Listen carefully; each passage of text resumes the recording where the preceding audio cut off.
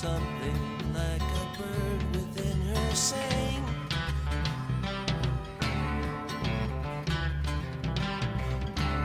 all I know she sang a little while and then flew on.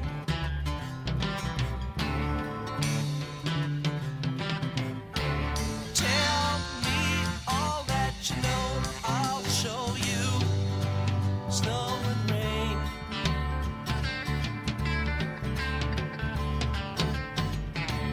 When you hear that same sweet song again, will you know why?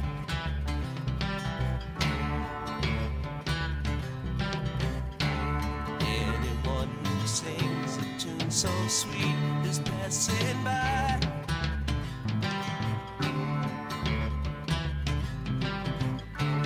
Laugh in the sunshine, sing, cry in the dark, fly through the night.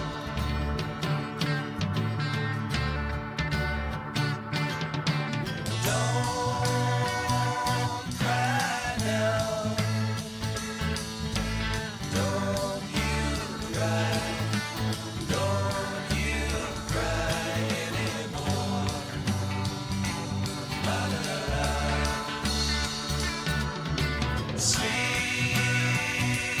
in the stars. Don't you cry.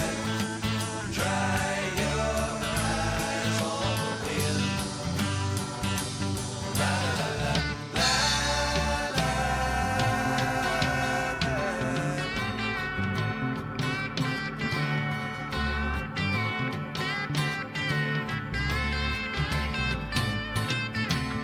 All I know is something like a bird within her sang.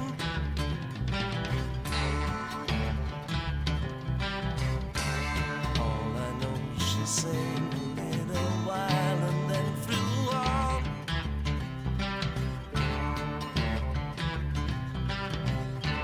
Tell me all that you know, I'll show you snow and rain.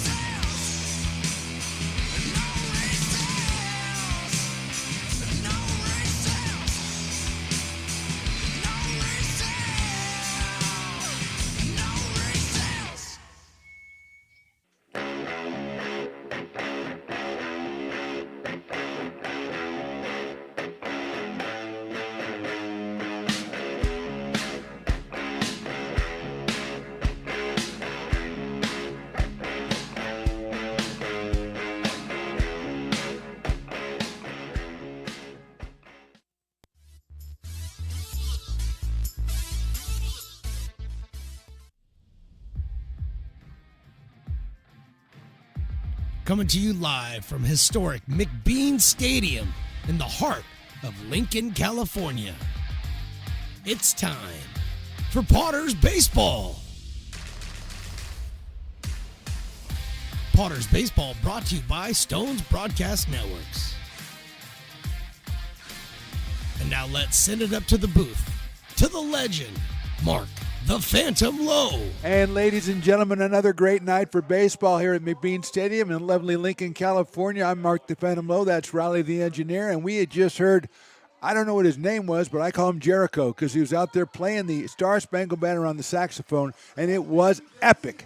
Absolutely epic as the run continues of Star Spangled Banner performers, and it has not dipped in the least, Riley the Engineer. It's the Lincoln Potters going for their 16th win of the season tonight as they are 15-1. Make that 14-1 because I don't know what I'm talking about. If it's the 16th game, they can't be going 16-1. I'm already off my game because of Jericho. He blew the crap out of that saxophone is what he did. And I know Jericho didn't blow a saxophone in the Bible. He blew a horn or something, but give me that at least. Let me call him Jericho. He was fantastic. The Chico Lone Wolves are in town. They are from the BACL, the Bay Area Collegiate League. We've seen the California Red Tails. We've seen the Marysville Giants, the Novato Knicks. We've played them all. We've seen them all. And now we've got the Chico Lone Wolves coming into town, and they've got a batting order to go up against the left-hander Xavier Maldonado, and Riley just happens to have that batting order. And it starts out with Nick Anderson, Kinzer Day, and Michael Ryan.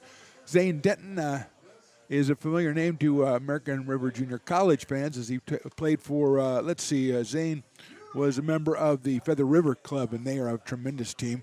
Robles, Denton, Porter, and Patterson rounding it out, and they are Ryder Salenza is starting for the Chico Lone Wolves. It's Xavier Maldonado, as we mentioned, on the mound for the Potters. He is no wins, no losses, 4 innings pitched, 3 hits, a run, 3 strikeouts, 3 walks, and a 2.25 earned run average. Xavier out of Lincoln, California, and now at William Jessup University. So he is ready to go. We are ready to go. The Lone Wolves are in town for a lone game before the Potters start PEL play. More about that to come. And before we start, you got to know it's Taco Tuesday, $2 tacos at Sabor's de Mexico. So you still have time to get down here. It's $2 tacos.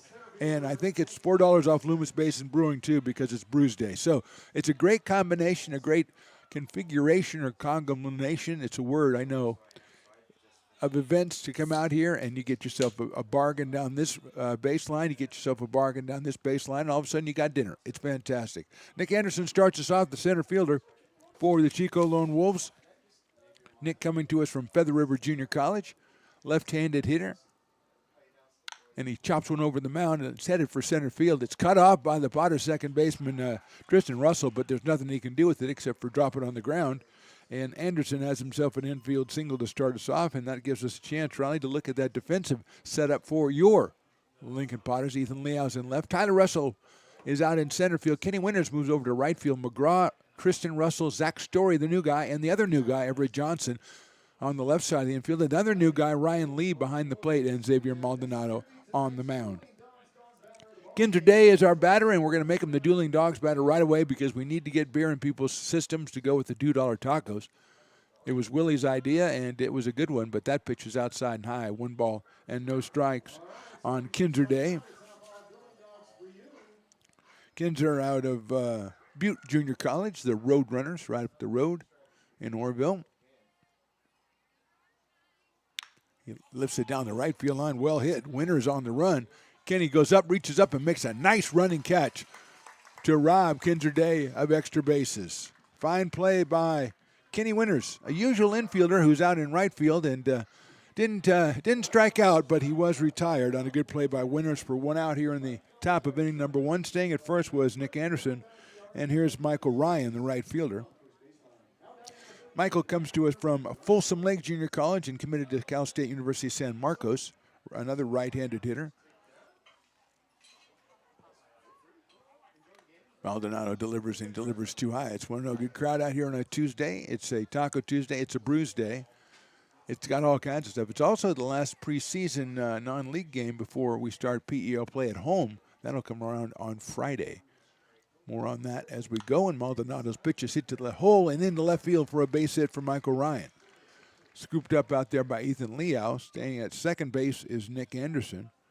And a couple of ground ball base hits and a fly ball out for the Lone Wolves so far here in the top of the first. And they've got runners at first and second, and Zane Denton, the hitter. We talked about him a little bit in the open. The catcher out of Feather River Junior College. He is committed to Central Arkansas University, 6-footer and 200 pounds, and he's got a chance to make some trouble for the Potters early on here.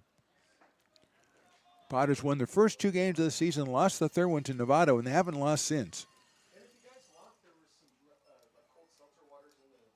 And that pitch is in there for a strike from Maldonado. 85 miles an hour as Jericho and his handler are just hanging out, getting some refreshments. Got some nice seltzer water in there. Probably has my name on it. Go ahead, take it, Jericho. You're the man. Hit in the air toward right field again. That'll be slicing foul. Kenny Winters is on the move, but Kenny won't be able to get there. And it bounces foul down the right field line in the bullpen. Like I said, 0-2 on Zane Denton. Jaden Nussbauer is on deck. He comes to us from Chico High School, headed to Chico State. So graduating senior, Mr. Nussbauer, headed to the Wildcats of Chico State. 0-2 coming up. Swing and a miss on the off-speed pitch. And the first strikeout for Maldonado is a big one with 2 runners on, and now 2 outs here in the first, and Jaden Nussbauer will be the hitter. Coming out of Chico, going to Chico State. Jaden playing shortstop for the Lone Wolves, and he has a chance to put them on top here.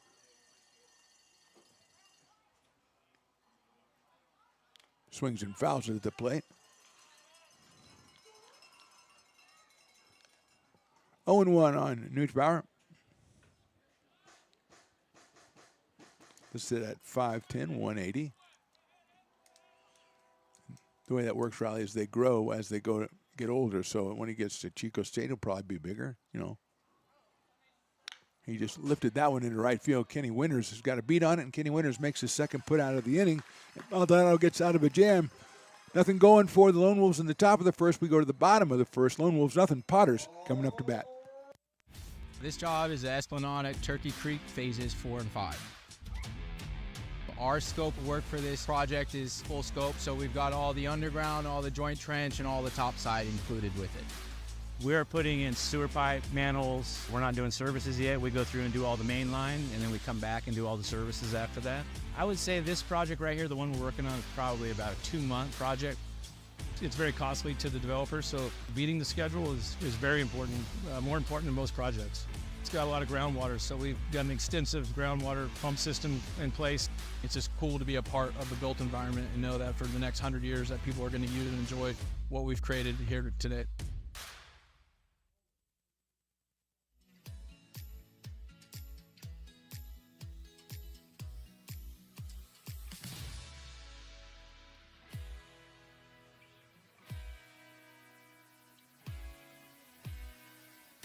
Hi, Bill Evans, President of the Placer County Association of Realtors. We're in the store, our conference facilities, an amazing team that helps keep together an amazing organization. And we thank them all. This organization can't do what it does and can't run the way it runs without the help of so many members volunteering their time. The success of the Placer County Association of Realtors is largely dependent on our active volunteer members to help our organization and industry. The work of our committees greatly impacts our ability to champion efforts across the board and giving back to the Placer County community wherever we can. Like all service organizations, I wanted to serve. And getting involved with the affiliate committee was the perfect way to do that. I love being able to serve my community with my business friends and other leaders and give back to those who are in need.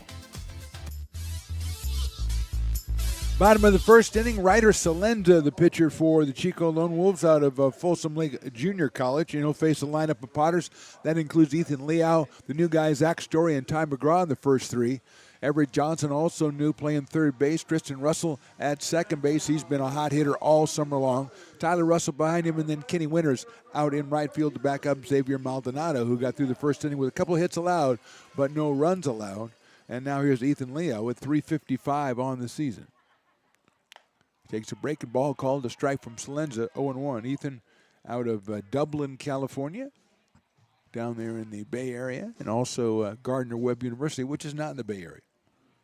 It's the home of the Running Bulldogs is all you need to know about that. And he takes outside with another breaking ball.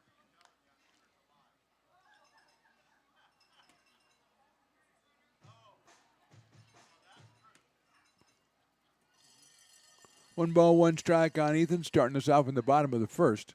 And he'll take outside another off-speed pitch.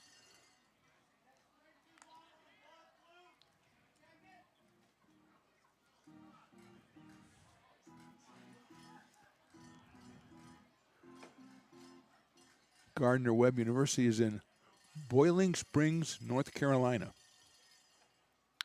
He lifts that one out toward right center. Moving over is Michael Ryan. He's in position, and he'll make the catch for the first out. So Ethan is retired on a fly ball to right.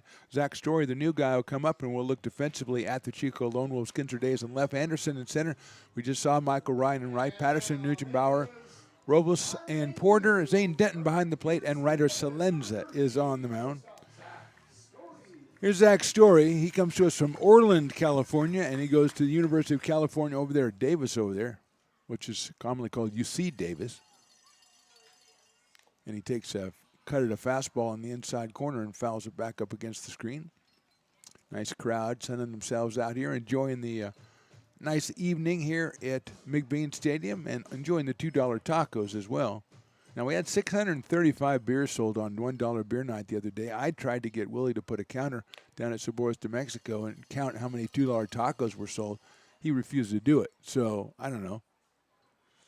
I can get my people to go down there, I guess, get a running count, because I think it's going to be a pretty high number. Everyone I see coming up the steps here has got some tacos.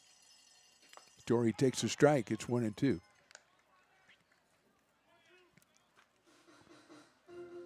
Zach, one of three UC Davis products, making their debut along with Ryan Lee and Everett Johnson. And that one's outside from Ryder Salenza. Lone Wolves with the dark ensemble. I think they're going with Riley. The dark jersey, the dark pants. A little white in the numbers perhaps, but a pretty dark hue there. That's hit well down the left field line. Curving, though, and it will be a foul ball. They got the pinstripes on the pants, though. That looks okay. I kind of like that. I like pinstripes.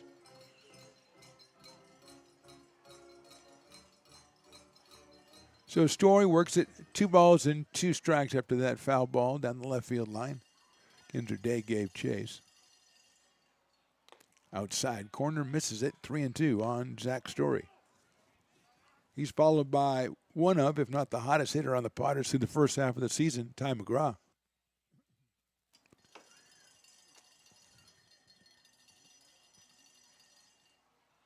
That's in the dirt. Story works the walk. He's on with 1 out, and here is Ty McGraw, who has been pretty good. 462. He's tied. That might be the top average for a starter who's got some games under their belt. He's also got 2 home runs, which ties him with Tristan Russell. He's got 23 runs batted in, which are 2 behind Tristan Russell. And he's got 17 runs scored, which ties him with Tristan and puts him behind only Brian Williams Jr. So Ty's been doing it at the plate. Been playing first base for the most part, a little DH too. He's first tonight. Pops that one out of play to our left. He is from Gardendale, Alabama. Hopefully they're having a viewing party for him tonight. You kind of know if Potters are playing, Ty's going to be in the lineup, usually batting third. And I'm sure they've subscribed to Lincoln Potters Baseball and Stone's Broadcast Networks on YouTube. There's a throw over to first, and Story is back, as many others have. I am heartened by your response. We want you to be there so you can be ready to go when Riley goes live a half hour before each Potters game. Sails that one high and outside. Great viewership for the Pelotero series. First game was kind of a blowout, but the second and third were pretty good ball games. Potters won 10-9 and 5-2. Had good attendance, had good viewership as well. McGraw takes outside. 2-1 now on Ty. Adam Paniagua, tonight's designated hitter, is on deck.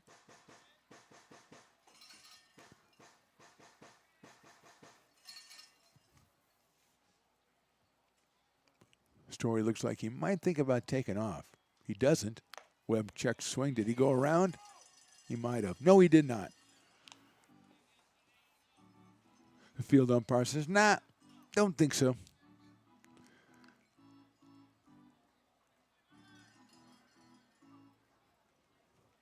So it's 3-1 on tie. There goes the runner, but doesn't matter. The throw to second is not in time, and he doesn't. But he can go if the ball gets loose, which it does. And McGraw says, "I'm going to go to second." There's nobody standing there.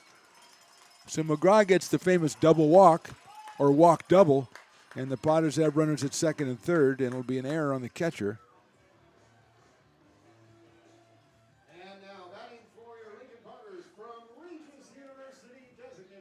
So Potter's got a couple walks, a throwing error, and all of a sudden it's second and third, and here comes Adam Paniagua. He's 4 for 12 in his limited stint here. He has a grand slam home run. He has 5 runs batted in total, and he has 2 runs scored. And he lifts that one out toward right field. Giving ground is Ryan, still giving ground. He's back on the warning track and makes the catch. The tag will be made. It will be easily scoring from third is Zach Story, and the Potters are up 1-0, a sacrifice fly for Adam Paniagua. Moving on to third was Ty McGraw. He just sees open bases and he just goes to him. Here's Ryan Lee, another newbie. The Potters catcher's out of Sunnyvale, California, and UC Davis. I think the 3 of these guys lived together and just said, hey, let's all go play for the Potters. Works for me. Ryan takes outside and high.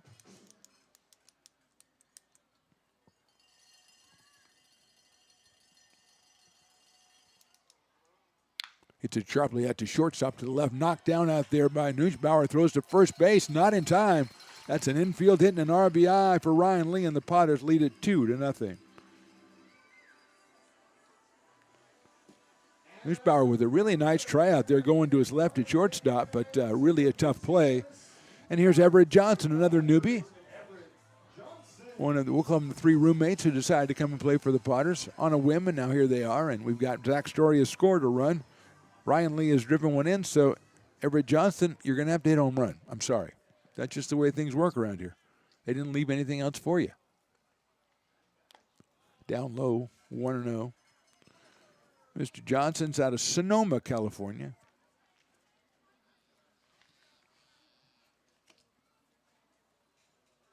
.6'3". He is playing third base tonight for manager Eli Garcia. And that's a nice pitch right there by Salenza, and he gets the call strike, 1-1. Ryan Lee is in a sprinter stance over there at first base. He looks ready to go at all times. He's crouched down, ready to go. Thinking about it. Johnson takes a strike. 1 ball and 2 strikes on Everett Johnson. Potters have scored twice here in the first, and they lead it 2-0. RBI for Paniagua and Ryan Lee.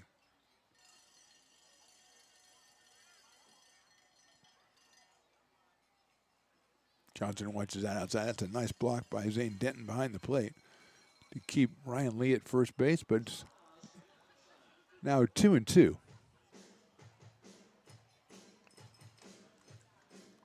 Tristan Russell on deck, who's been another one of the hottest hitters for the Potters all summer long.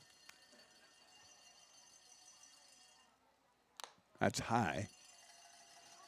So it goes full at 3-2, thanks to the umpire who yelled, "That's full." You like to see that or hear that, don't you, Raleigh? All these guys holding the fingers in front of their chest. You can't see them, but this guy, "That's full," just yells it to everybody. He should have the megaphone. Maybe he could be a last strike guy. High and inside, Johnson works the walk. So Potters with 2 on and 2 out, and Tristan Russell, who's hitting .400 on the year and has 2 home runs, 25 RBI, and 17 runs scored.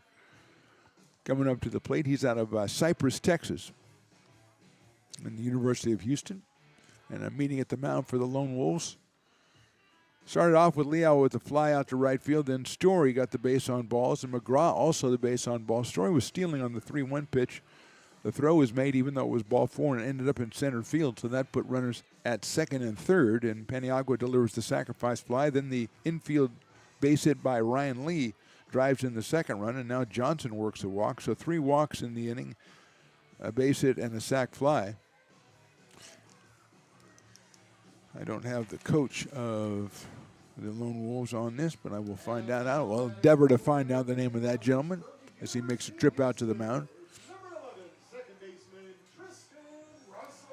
And we do have a lot of tacos coming up on Tular Taco Nights, but it's nice to see a youngster come back with a giant dog out of Fat Cat just to keep it up.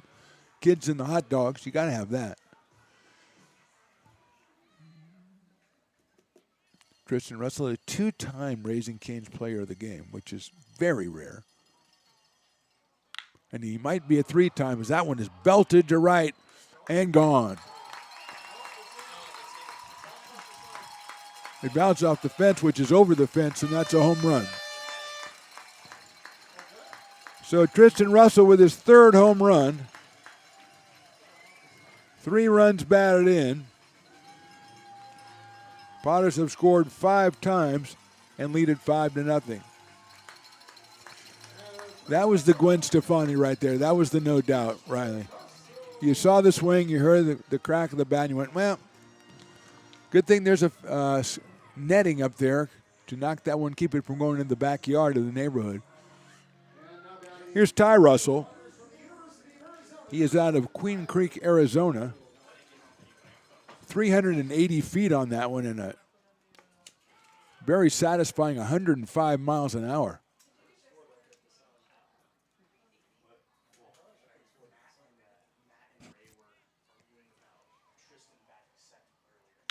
There's a line drive to center field, and that's a base hit for Ty Russell. So the Pirates will send up their 9th hitter of the inning. It's Kenny Winters.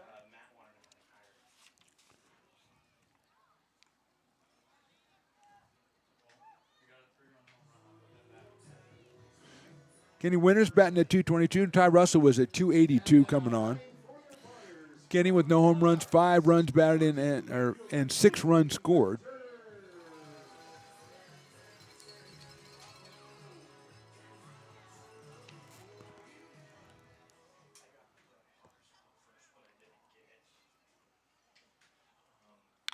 Sharply out to shortstop. Neubauer, nice stop. Flip it to second base and get the fielder's choice. That's a beautiful play at shortstop by Jay Neubauer. But a good inning for the Potters. They put up 5 courtesy of the Russell 3-run homer. We go to the second. They lead at 5-0.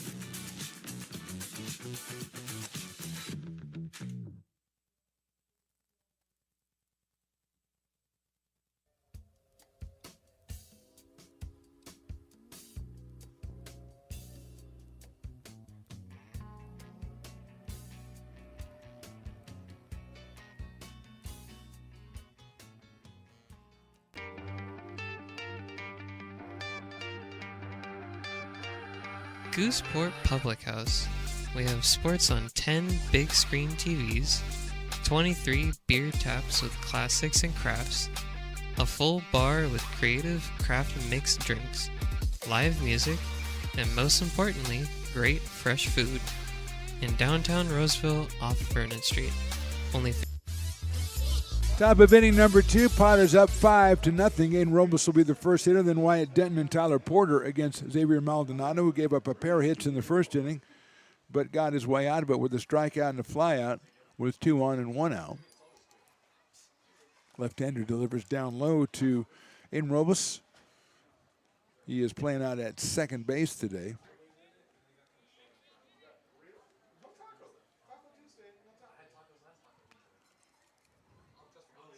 That one is in there for a call, strike 1-1.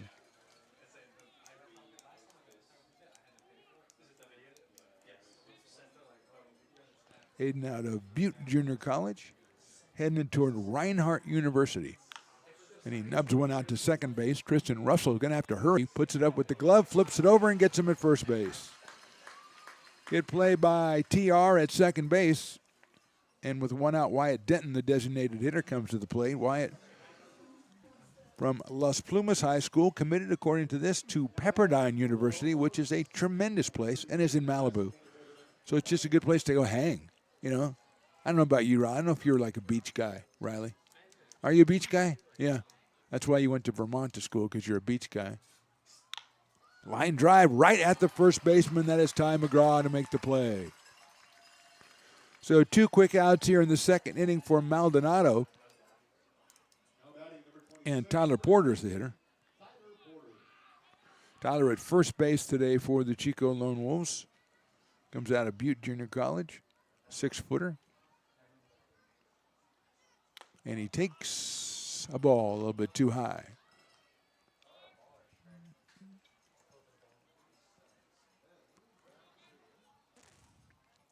One and 0. Inside. Number 9 hitter is Jay Patterson. He's on deck.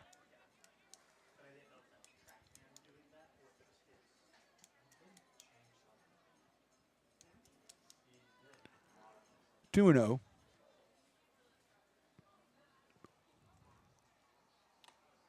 Thought about it, didn't go. It's 3-0.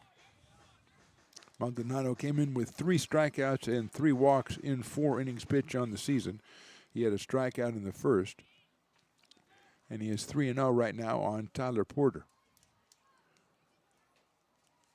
Porter hits it right back at the middle off of Maldonado's leg, and it rolls over into foul territory. It's a base hit, and we'll take a second to make sure Xavier's okay as Porter gets the 3rd hit of the game for the Lone Wolves. Eli Garcia is going to go out and maybe bring the trainer out with him. But he said, no, I'll be the trainer. Xavier's like, I'm all right, man. I'm all right. Jay Patterson's the hitter. Coming to us from Cabrillo Junior College and batting in the number 9 spot, the 3rd baseman. He'll give Xavier a couple throws to make sure the peg leg is doing all right. In true injured player fashion, he picks up 2 miles an hour on his fastball. Speaking of warming up, Riley tells me Rico Merlo out of Folsom Lake Junior College was loosening up, or is loosening up, down in the pen for the Chico Lone Wolves. So we might see Rico in inning number 2 as Patterson gets ready to come up to the plate. Eli Garcia says, my job is done. Potter's warm up somebody just in case that stiffens up when Xavier comes off the mound at the end of this second inning. So Jay Patterson wearing number 99. I always thought if Voldemort was a baseball player, he would wear number 99. That would totally be this number. That is outside. Tyler Hutchison is warming up. Is that what you're telling me, Riley? Okay. Yeah, Voldemort's definitely a 99.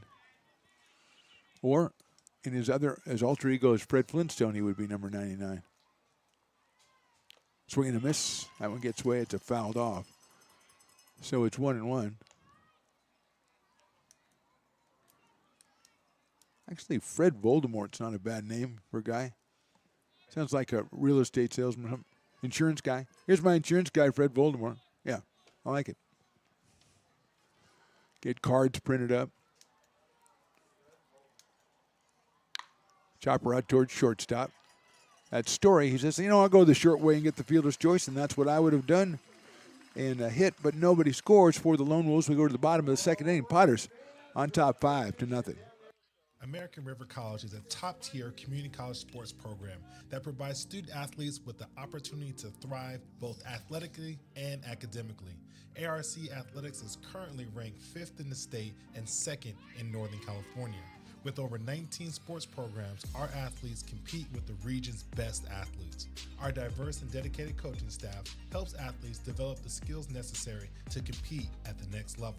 Start your community college athletics journey with us. American River College, Sacramento's best athletic program. Go Beavers.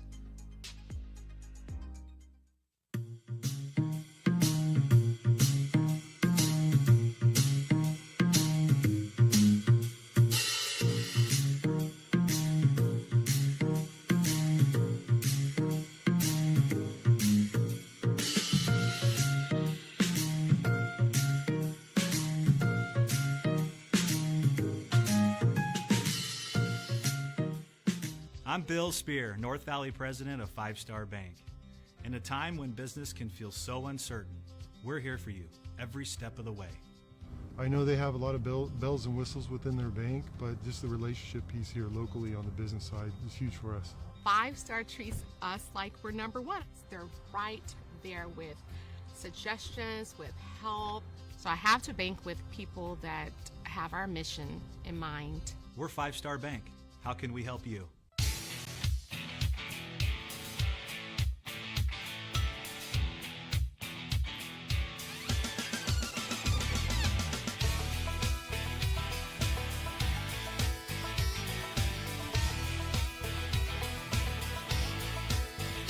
Well, I walk into the room, passing out $100 bills, and it kills and it thrills like the horns on my Silverado grill. And I buy the bar double.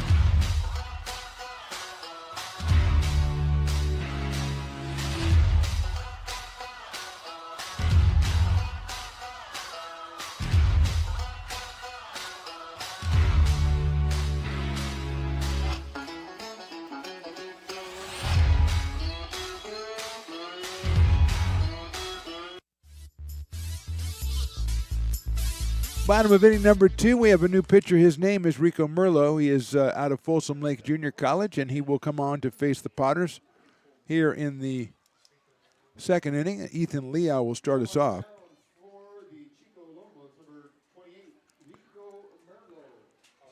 So Merlo comes on. Salenza went an inning, gave up 3 hits and 5 runs. He walked 3. And Leal flied to right against Salenza to start the bottom of the first. He's up for his second time.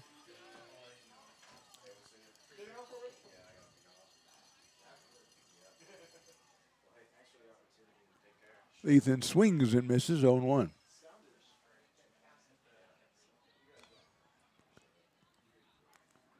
Jack Story and Ty McGraw will follow Ethan Leal here. Take care, Jericho. Great job. Jericho taking off. He puts the sacks in the suitcase, his sacks case, and takes off. Leal fouls it out here. Tremendous rendition of the Star Spangled Banner tonight. I don't know how they're going to top that. Oh, by the way, our next home game, PEL action. Friday night, Humboldt Crab, 7:05. Be here, either in person or online on YouTube watching it, because it's going to be great. Breaking ball, slice foul. Potters start their PEL season tomorrow on the road, I think against the Mudcats, and then come back for 3 against Humboldt.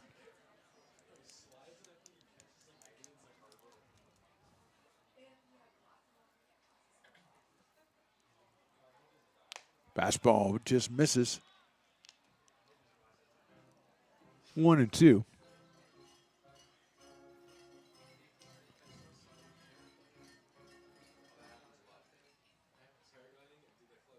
That's in the dirt. Yeah, the Potters are visiting Solano Mudcats on Wednesday. Then they got 3 games, Friday, Saturday, and Sunday, home to Humboldt. Then next Tuesday and Wednesday, they'll be home for a 2-game series against the West Coast Kings. So a road league game and then 5 home league games. The outtakes outside. Then they go on the road at the end of June to Humboldt. 3 games up there. Then we mix in our last non-league game, which is a home game on July 1st against the California Tigers. And then we're back at it on July 4th against the West Coast Kings. And that's ball 4 to Leo. So a lot of action coming up. Check out LincolnPotters.com for information and tickets and all that kind of cool stuff. And we hope to see you out here at the Bean. And if you're not at the Bean, be on the screen. I just kind of made that up.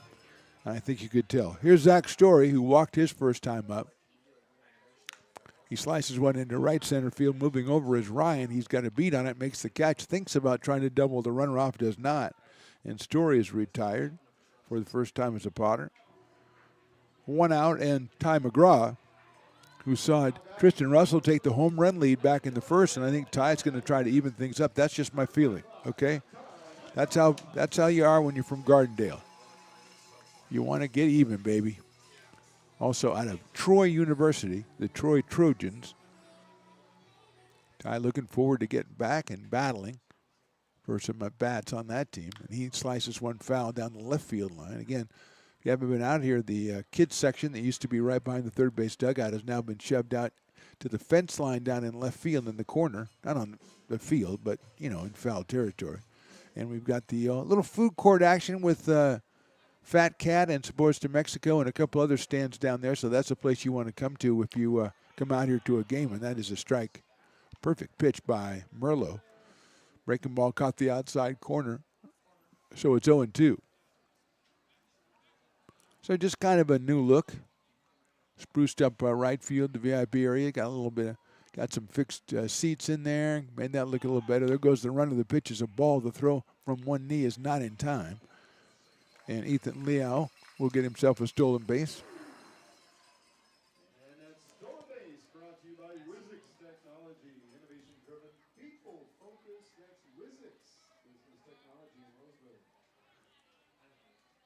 That's the 8th stolen base for Ethan Liao.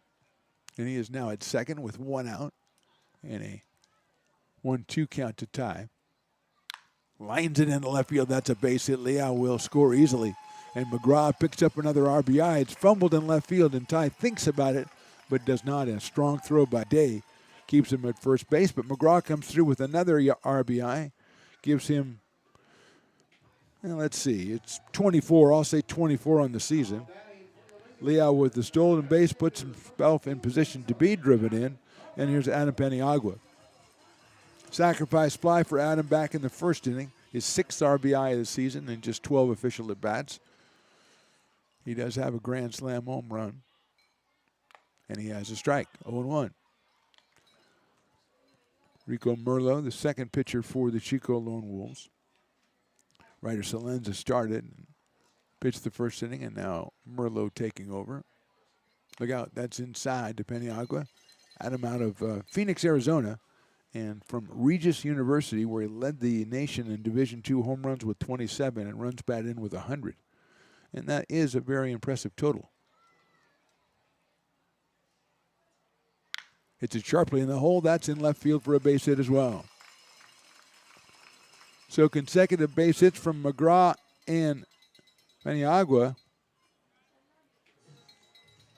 Potter's now with 5 hits on the day, and here's Brian Lee, who's making his debut out of Sunnyvale, California. Picked up an RBI single back in the first inning.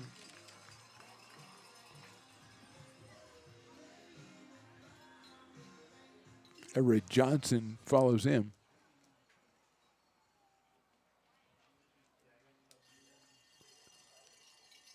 Ryan takes a strike. 0-1.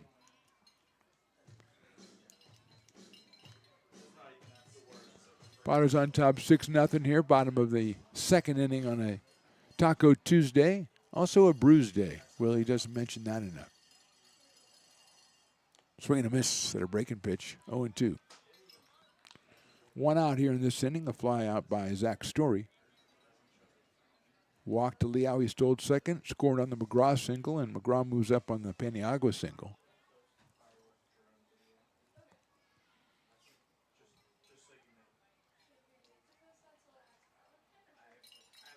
That one is in the dirt, gets around the catcher who can't find it. Denton finally locates it.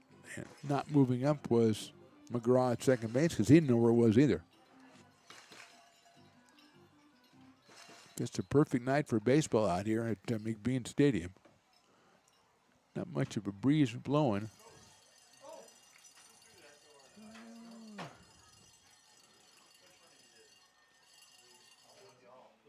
Lee takes outside low again. Ah! I was just attacked by one of the parking lot Potters. I consider that an honor. Don't you try that, Voldemort. Don't you try what he just did. Fred. 2-2. Call strike 3. And the umpire really enjoyed that. And good for him. 2 outs, and Everett Johnson, who picked up a base on balls his first time up, will be our hitter.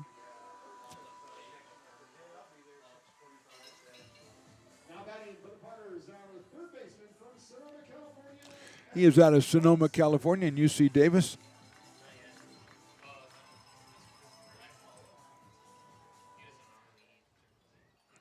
First and second, 2 outs. That's in there for a strike. So Merlot has found the range here.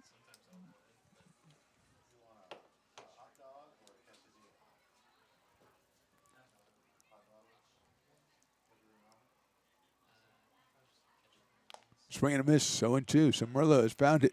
He struck out Ryan Lee, and he's 0-2 now on Everett Johnson. Tristan Russell, who belted a 3-run home run his last time up, is on deck.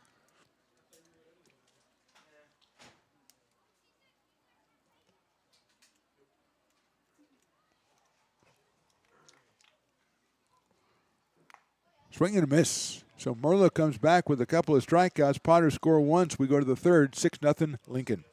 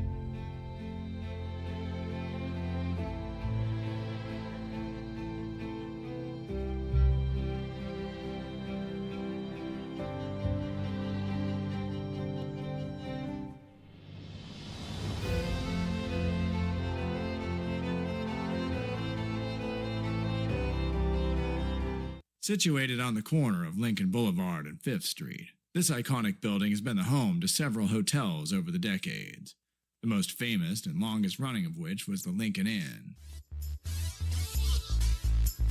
Top of inning number 3, top of the order for the Chico Lone Wolves, Nick Anderson, Kinzer Day, and Michael Ryan.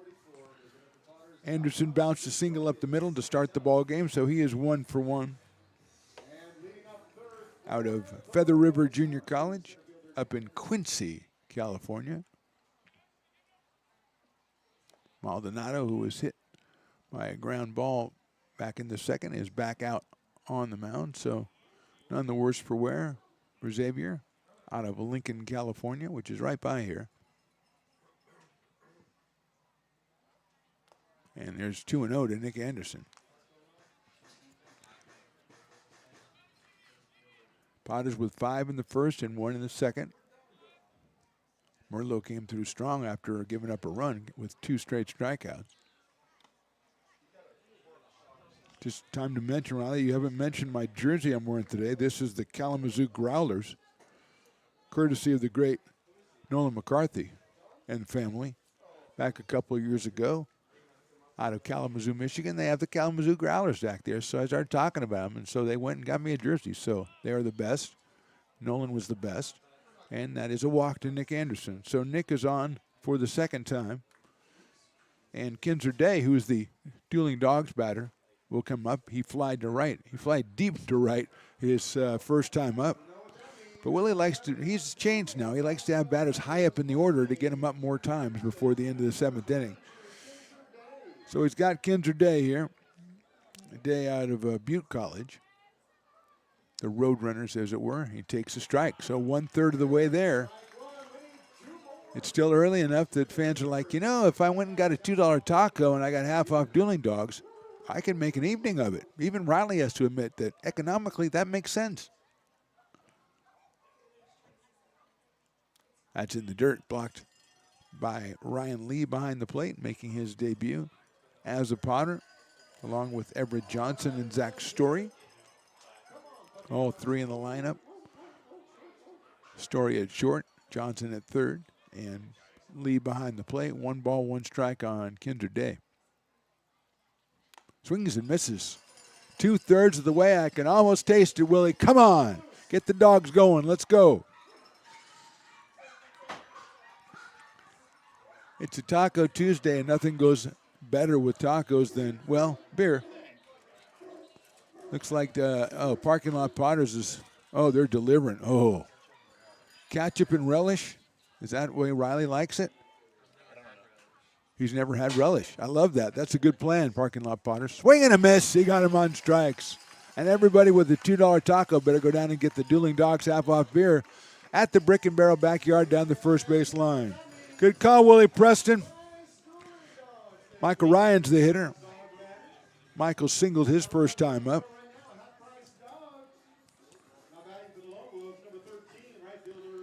He is out in right field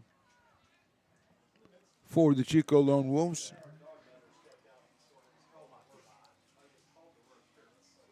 Check swing. Did he go around? He did. 0-1. Michael Ryan out of Folsom Lake Junior College, headed to Cal State San Marcos.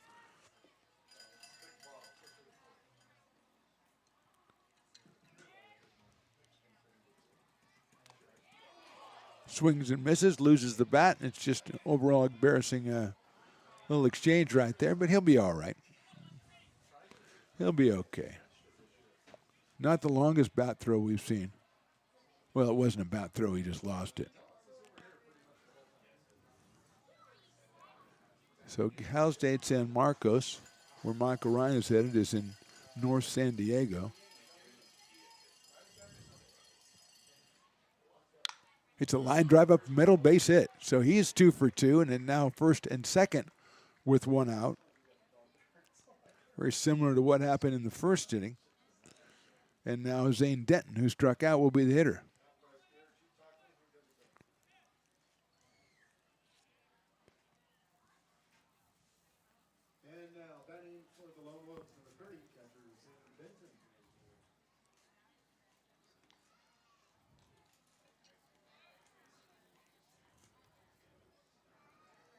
Looks like Cal State San Marcos is the Cougars. That's in the dirt, blocked by Lee. Denton struck out back in the first. Zane is headed to Central Arkansas out of Feather River Junior College. He's behind the plate.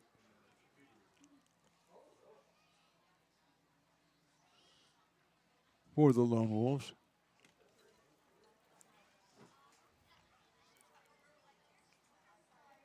Maldonado with the delivery, and it's hit sharp right off Maldonado. Again, picked up at second base by Russell. He'll step on the bag. So Xavier will get a painful assist on that one. It'll go 1-4, and it'll be a fielder's choice. Anderson goes to third. That might have been a base hit. I think Xavier's a little bit too much of a magnet for the ground balls. Eli Garcia is out there going, maybe dodge it, get out of the way or something. Say, hey, I slowed it down for Russell at second base. Not a bad idea right there.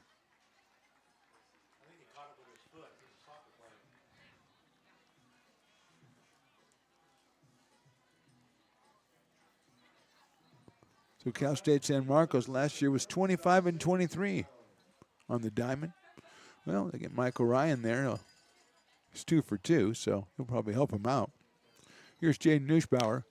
Line drive down the right field line. That is a fair ball. Here comes one run in. Here comes Ryan around third. The throw comes in from Winters. It actually helps Nussbauer at first base. The throw came into second. It's a scoring single for Nussbauer.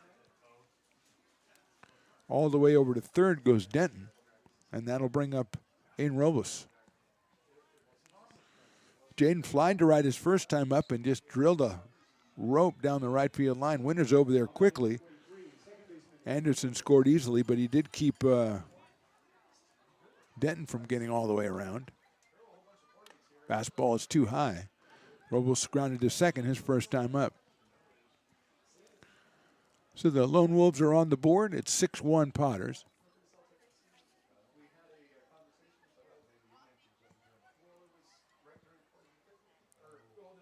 That's also in the dirt. 2-0. Robles followed by Wyatt Denton.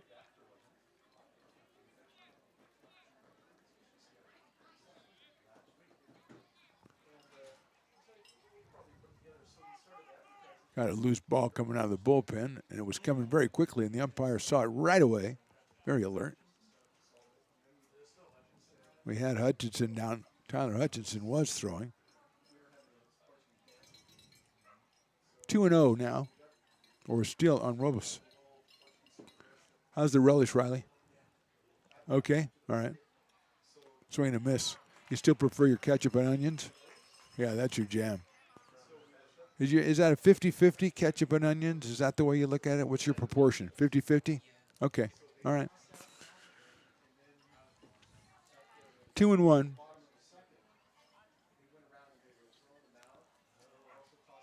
There goes the runner. And the throw back to third to try to get the runner off third, and he is back. So a stolen base for Nussbauer. It looked for a second like Lee was going to try to throw it down. He might have had a chance at him. But he opted to keep Denton close at third, and now it's second and third. That was a ball high, so it's 3-1 on Aiden Robles. Headed for Reinhardt University, and he takes the ball.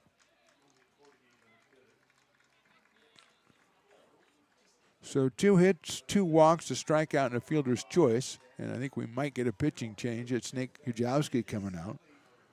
We haven't had an actual visit yet. That was just Eli trying to find out if Xavier was okay. So don't know if they'll be making the change. We said Tyler Hutchinson was warming up. I'm sure Nate wants to have Maldonado finish the inning if he can. But he has the bases loaded, 1 run already in. And Wyatt Denton coming to the plate, and Wyatt lined out to first base his first time up. It's a lefty-on-lefty matchup here. Wyatt Denton from Los Plumas High headed to Pepperdine.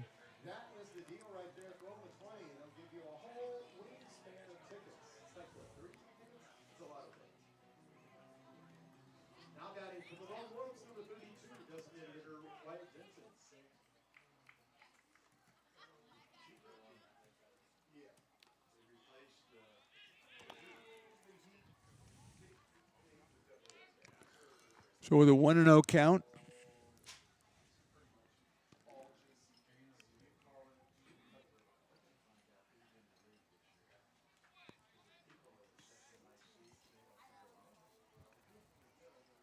fastball caught the corner. It's a strike, 1-1.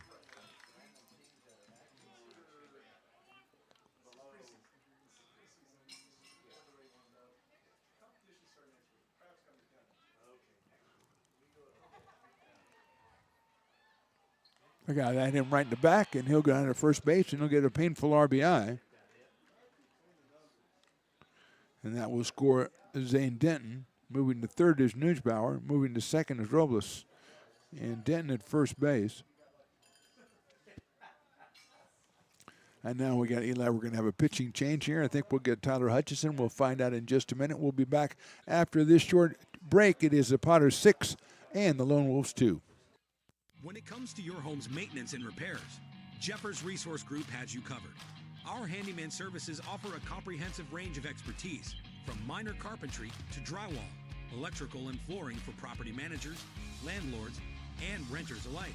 We ensure that every job is completed to the highest standards, so you can have peace of mind.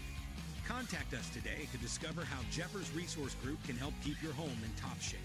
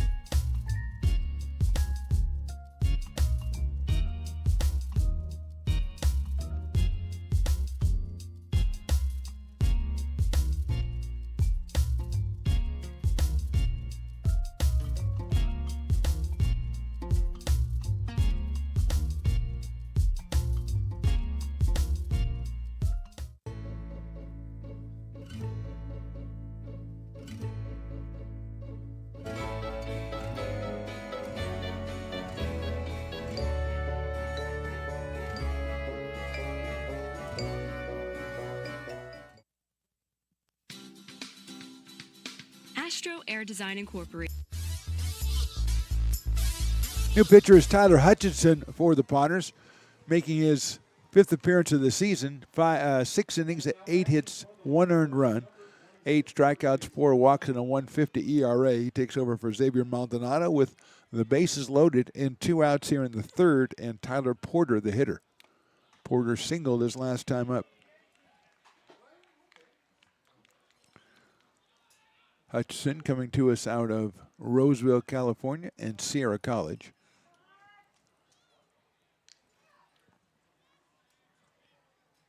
And he delivers a strike, 1-1. At 86 right there.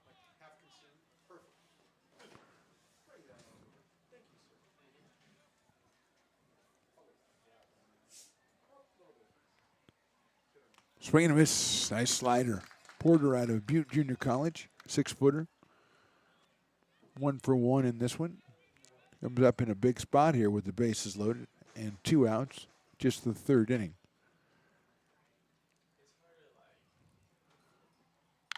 Hits it high up in the air to second base. That's Russell. Makes the catch for the out. So Hutchinson comes in and shuts it down, but 2 runs for the Lone Wolves in the 3rd. We go to the bottom of inning number 3. Potters on top 6-2.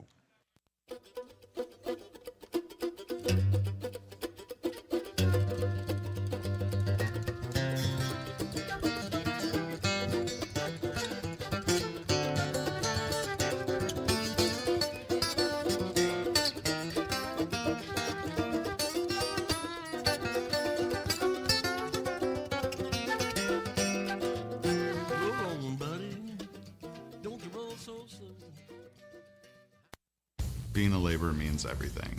It was what took care of me when I was growing up. It's what takes care of me now. Because of President Biden and the money he's put into infrastructure, the need for our workforce to expand is out of this world. When our members are able to go to work on these big projects that are funded by Biden's economic investments, it means continued growth in their wages, in their pensions, in their health benefits. It means they're going to be able to take care of their families. Lincoln provides all the charm of a small town, yet still provides access to excellent local medical care. At Lincoln Urgent Care, you can find expert services and a compassionate staff available 7 days a week. Our friendly front desk staff will welcome you when you come into our brand new facility. Your wait time will be minimal at our walk-in clinic, unlike the emergency room. From broken bones and lacerations to allergies, flu shots, and illnesses, we treat a variety of urgent medical conditions. What sets us apart is not just our central location in Lincoln, but the convenience of our extended hours, including weekends. We've become Lincoln's first choice for urgent care because we treat patients of all ages for a variety of conditions and take most insurances. We're proud to be an approved provider for veterans and welcome in our military patients. From our family to yours, we're here when you need us.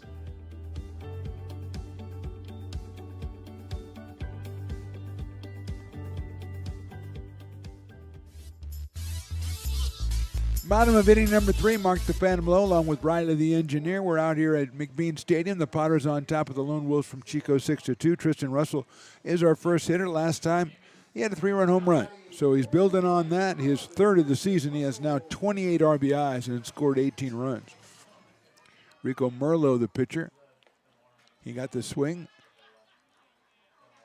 No, he did not get the swing, so it's ball 1. Merlot gave up a run on 2 hits in the second and also struck out the last 2 batters he faced. So he was fine in his groove as the inning ended. And he'll start off with Russell, then Ty Russell, and Kenneth Winters. That's right down the middle for a strike.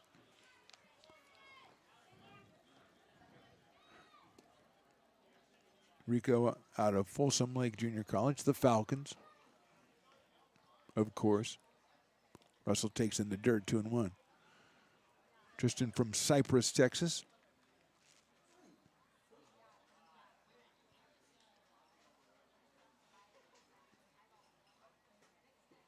Swings and misses at that one.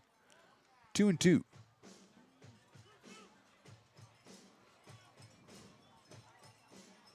Spencer for hire, the intern who's rocketing up the charts. Actually, he's number 1 now.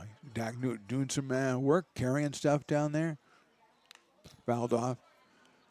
He does a variety of things, and that's why he has ascended to the number 1 spot. Now, Luke Statwalker is, has been number 1, and Brielle has moved up recently because it was her birthday.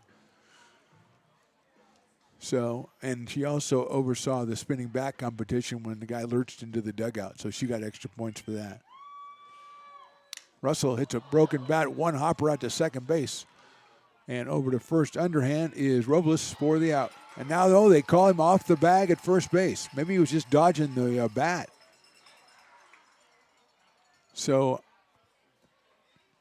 Russell, who ended up down in right field, takes his time coming back, and he is at first base with, I guess, a hit. I don't know. You tell me, Carson. I don't know.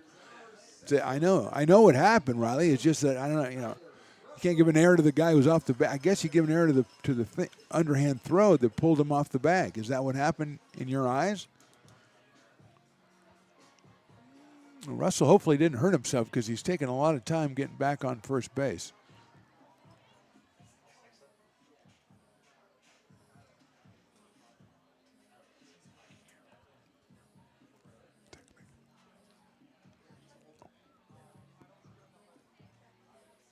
So Russell on the air, which is assessed to the first baseman, according to my guy Carson. So that's what I do.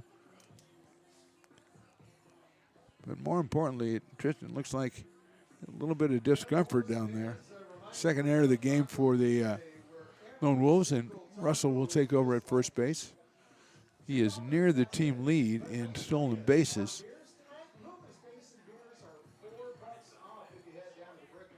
$4 off Loomis Basin. Oh my gosh, there's so many deals going on around here. It's crazy.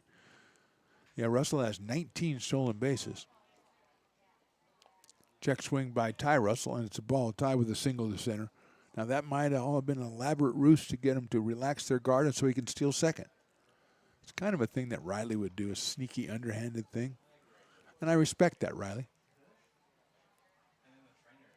That's a fastball right over the middle for a strike. 1 ball and 1 strike on Ty Russell from Queen Creek, Arizona. And Kenneth Winters will follow him. He's from Lincoln, California. Breaking ball inside corner, call strike 2.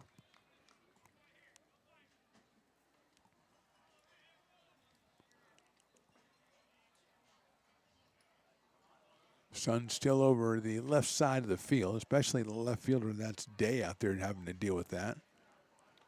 Also at shortstop, Nussbauer. Patterson a little bit at third base as well.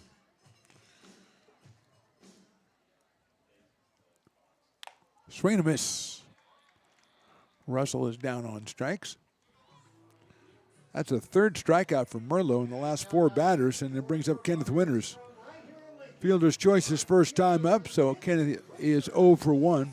Came in at 222 with 5 RBI. Playing out in right field today, made a nice catch back in the first inning. Usually an infielder, shortstop, third base primarily. High inside fastball from Merlot. 84 miles an hour, is right around 85.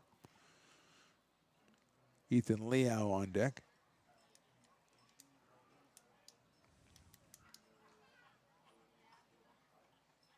That one's in there for a strike.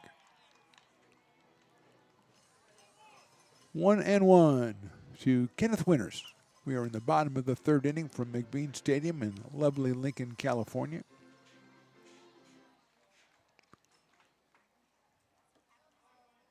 Breaking ball's hit out at second base. Robles stays down, flips over to short one. Nussbauer to first. In time for the double play. It's a 4-6-3 turned by the Lone Wolves. We go to the fourth. Potters 6, Lone Wolves 2. If you're in need of a seasoned DUI attorney, contact the law office of Samuel D. Burns Incorporated. We are familiar with the laws surrounding your case, and we will work diligently to minimize the negative impact following a DUI charge. With a proven track record, Sam Burns works on your behalf to provide a positive outcome. He's been able to save his clients' driver's licenses and negotiate more favorable terms. Visit our website.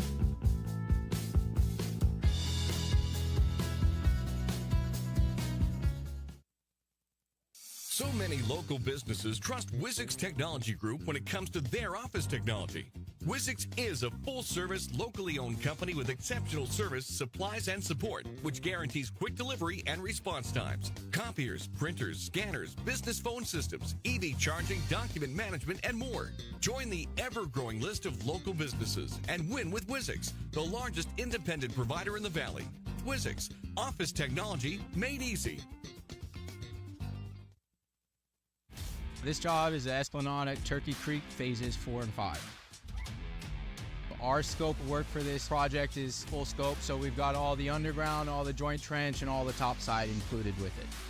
We're putting in sewer pipe, manholes. We're not doing services yet. We go through and do all the main line, and then we come back and do all the services after that. I would say this project right here, the one we're working on, is probably about a 2-month project. It's very costly to the developer, so beating the schedule is very important, more important than most projects. It's got a lot of groundwater, so we've got an extensive groundwater pump system in place. It's just cool to be a part of the built environment and know that for the next 100 years that people are going to use and enjoy what we've created here today.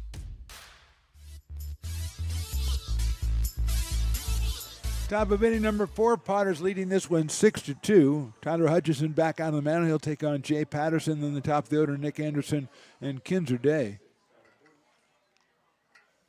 Hutchison came on to shut down the Lone Wolves in the top of the third, getting a pop-up from Tyler Porter after the Wolves have scored twice. Xavier Maldonado, 2 2/3 innings, 5 hits and 2 runs.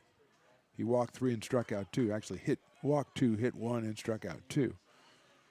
So his day is done, and Hutchison now the pitcher of record. Looking around the PEL, we've got some league games starting off the league season tonight, 2 of them. Solano Mudcats hosting the West Coast Kings. Mudcats on top 8-2. That game has moved into the bottom of inning number 8. And up in Healdsburg, it is the Prune Packers against the Humboldt Crabs, who will be in town on Friday. Healdsburg leads that one 7-3. So that's 2 games starting off the PEL season, and there's a base on balls to Jay Patterson. He'll go down to first base with nobody out here in the 4th, and Nick Anderson will be the hitter. Crabs take on Healdsburg today. They'll be in town on Friday to take on your Lincoln Potters. 7:05 Friday, 7:05 Saturday, and 6:05 on Sunday. It'll be 3 great games. Come on out and experience them. And if you can't make it out, settle back, enjoy Lincoln Potters baseball or Stone's Broadcast Networks on YouTube, and we'll bring it all to you. All the action and some talking. That is down for a ball to Nick Anderson, who has singled and walked.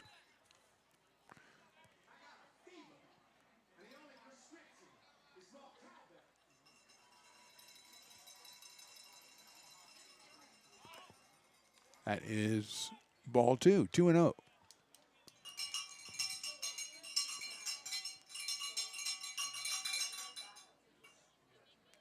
Potters open their conference season, or their league season, tomorrow on the road against the Mudcats, who are getting a big win right now to start their season off at 1-0 over the Kings.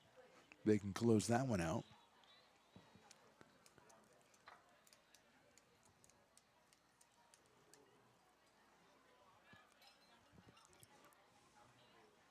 That one is a call strike.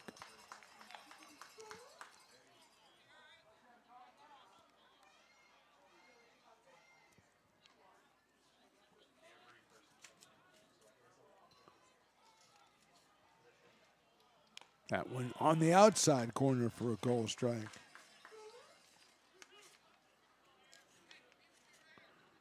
Interesting to see the Potters throw on Friday. They've got Will Yeary, who today announced on Twitter, or X, that he will be going to Oral Roberts University. So congratulations to Will. That's popped over a foul by the dugout, so it'll go again to Nick Anderson at 2 balls and 2 strikes. Will was our player of the game earlier in the season. A delightful interview for the young man out of Mansfield, Texas. In fact, I'm looking at his signature right now in the player of the game baseball. Swing and a miss. Hutchison comes back and gets Anderson for the first out here in the 4th inning, and that'll bring up Kinzer Day, who is still your dueling dogs batter. In fact, the Lone Wolves are warming up a left-hander in their bullpen. Day flied deep to right and struck out. It is number 4, Elijah Ream, out of Folsom Lake College. Day takes outside with a slider, 1-0 from Tyler Hutchison. Michael Ryan on deck.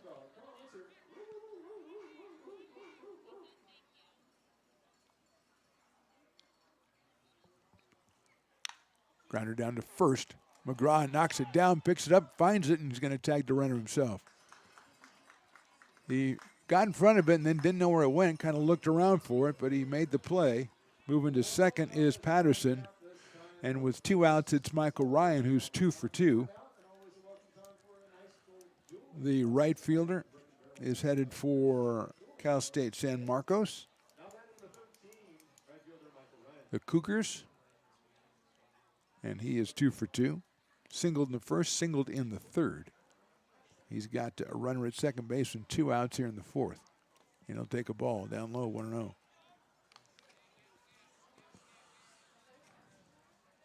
$4 off Loomis Basin.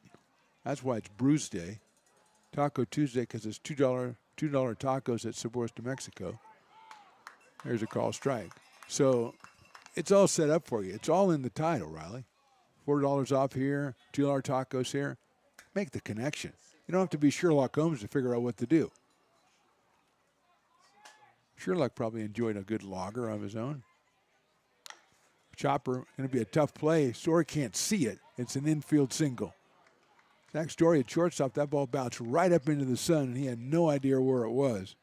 Coming over from second was Russell, but nothing could be done. Patterson moves to third. It's a single for Ryan, his 3rd hit. It does not score the run and brings up Zane Denton. Strikeout and a fielder's choice for Zane. And he's up here with a chance to do some damage.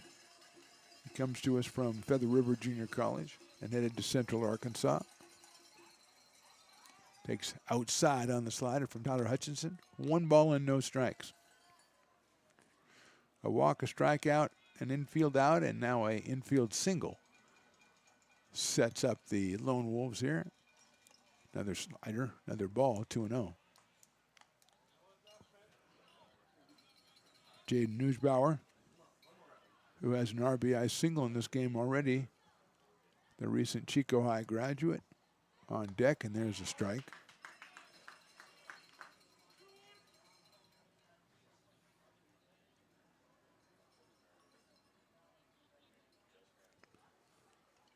Two-one coming up. Swing and miss. Nice pitch from Hutchison. Evens it up at 2-2. Perfect position right at the knees. And Denton chases it, so it's evened up at 2-2. Outfield straight away, a little bit toward right field. Swing and a miss. Hutchins comes up with a big strikeout to end the inning. We're going to the bottom of the fourth. Potters on top, 6-2.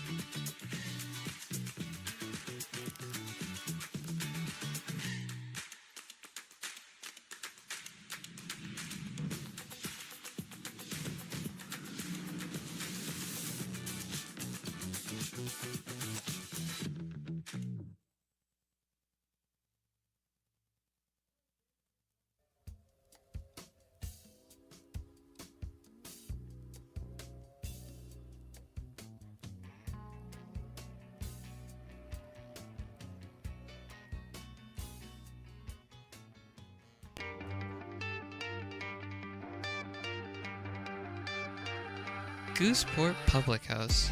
We have sports on 10 big screen TVs, 23 beer taps with classics and crafts, a full bar with creative craft mixed drinks, live music, and most importantly, great fresh food. In downtown Roseville off Vernon Street, only 15 minutes from the ballpark. See ya at Gooseport.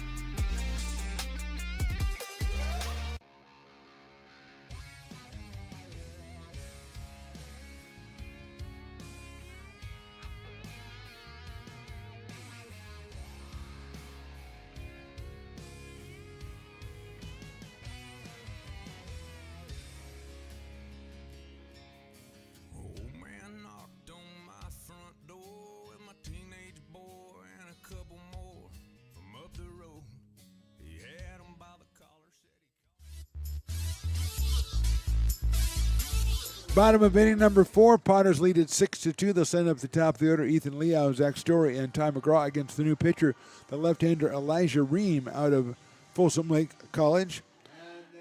Salenza started with the first inning. Then Rico Merlo came on. 2 innings, 2 hits, 1 run. Struck out 3, walked 1. He was actually pretty good out there. He found his footing his last 5 hitters. He gave up no hits, struck out 3. 1 runner reached on error, and he was erased by a double play. So here's Ethan Liao, who has walked and flied to right. And he takes down low for a ball. Ethan at .355 on the season. Scored his 13th run back in the second inning. Potters had 5 in the first, 1 in the second. And he lifts that one foul down the right field line. Good to see the parking lot Potters out here, coming up and antagonizing us and delivering a hot dog to Riley, of course. Although he put relish on it. And Riley, I think I agree, Riley and I are not fans of relish. It's Riley likes 50% ketchup. Well, 80% hot dog, 10% ketchup, 10% onions. Those are approximate numbers, but you understand. But you got to try new stuff. That's what he was doing. Check swing, and it's down low. He was having you try. That's what Don does. He has you try new stuff.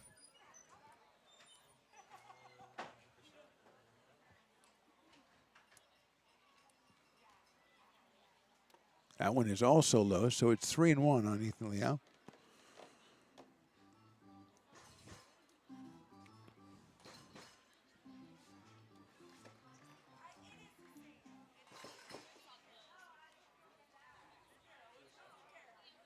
Popped up. That'll bring the count full at 3 balls and 2 strikes.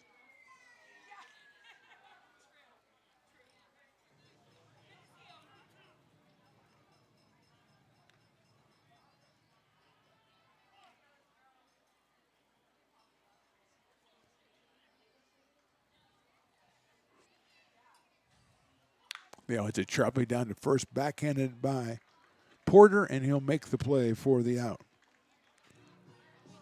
So one out here in the fourth, and Zach Story will be the hitter. He has walked and scored and flied to right. So Zach in his debut is 0 for 1.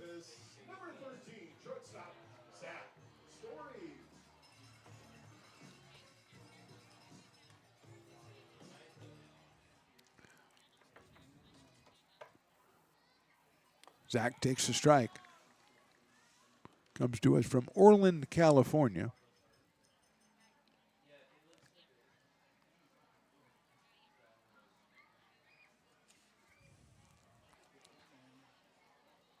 Pops that one up on the infield.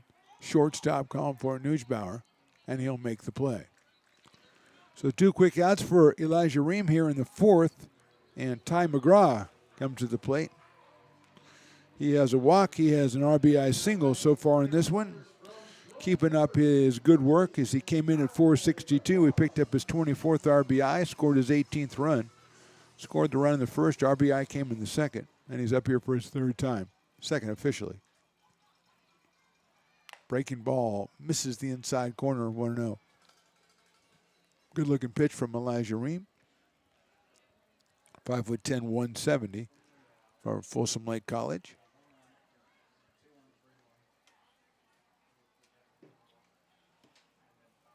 That's fouled off. 1-1.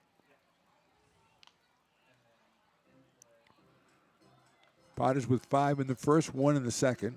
Scoreless in the third, and the first 2 outs here in the fourth inning were a ground ball and a pop-up against the new pitcher Elijah Ream. Adam Paniagua waits on deck, hoping to get a chance here. McGraw swings and misses, 1-2.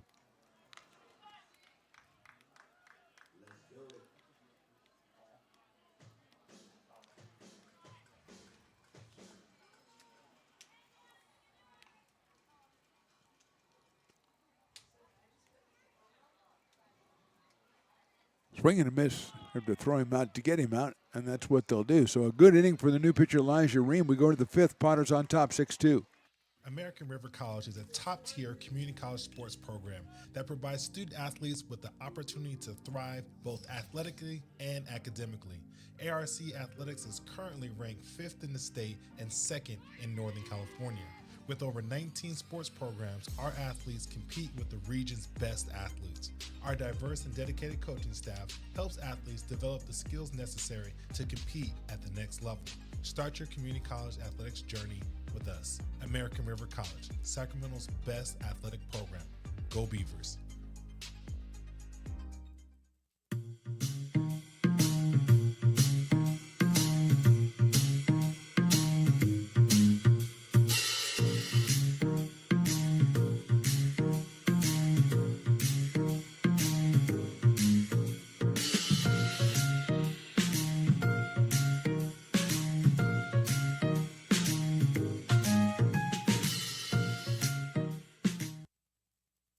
I'm Bill Spear, North Valley president of 5 Star Bank. In a time when business can feel so uncertain, we're here for you every step of the way. I know they have a lot of bells and whistles within their bank, but just the relationship piece here locally on the business side is huge for us. 5 Star treats us like we're number one. They're right there with suggestions, with help. So I have to bank with people that have our mission in mind. We're 5 Star Bank. How can we help you?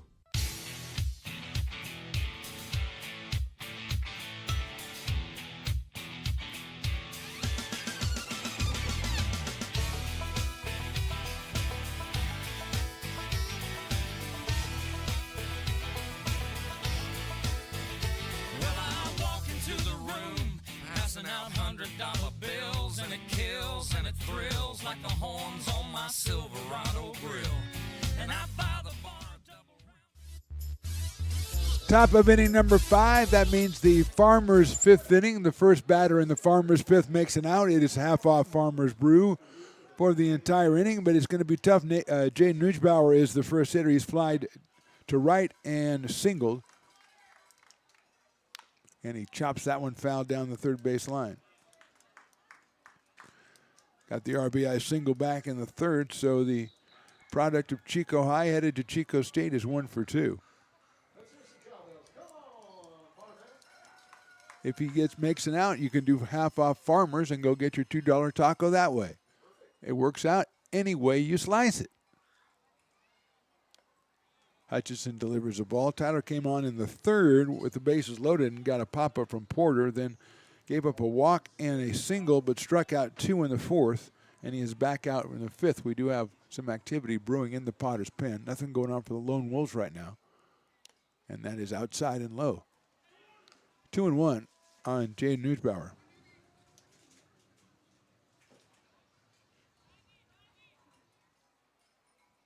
Potters straight away in the outfield. Newsbauer takes inside on a pitch that had a lot of movement on it. Unfortunately, it didn't move over the plate. So it's 3-1. Potters 14-1 on the season.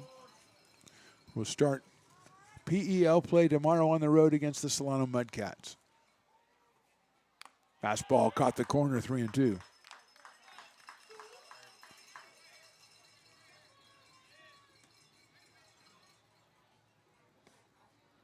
Mudcats have closed it out. They have beaten the West Coast Kings as Newsbauer gets a base on balls. Now, don't worry, though, if you're trying to get 50% off the Farmers. If he gets out at any point around the bases, it still counts. If he's forced out, thrown out, stealing, whatever, that's what happens. As we Mudcats scored 5 in the fourth and 3 in the sixth, so 2 big innings, beating the West Coast Kings 8-2. Mudcats will host our Lincoln Potters tomorrow night. Here's Aiden Robles, who has walked and grounded his second. Shows bunt, bunts at it, but misses. Well, fouls it off, but misses what he intended to do.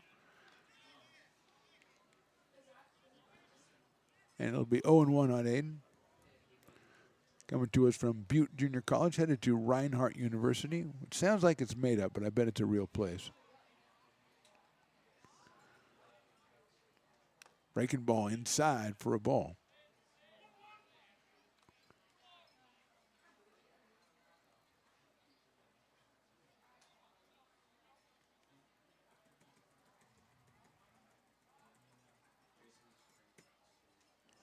One ball, one strike.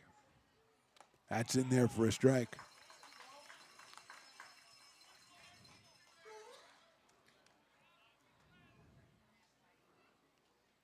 Well, looks like it's a real place, Reinhardt University. They're Eagles, the Reinhardt Eagles. Well, good for you, Aiden. Chopper into the hole. That's into right field, a base hit. Newsbauer is going to look at right field and stay there as Kenny Winters picks it up and gets it in. But a rally here in the fifth inning for the Lone Wolves, and they'll send up Wyatt Denton with 2 on and nobody out.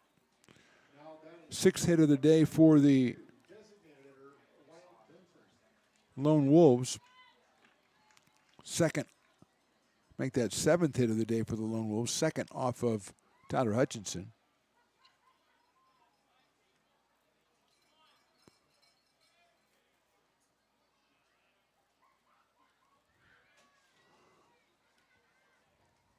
Swing and a miss.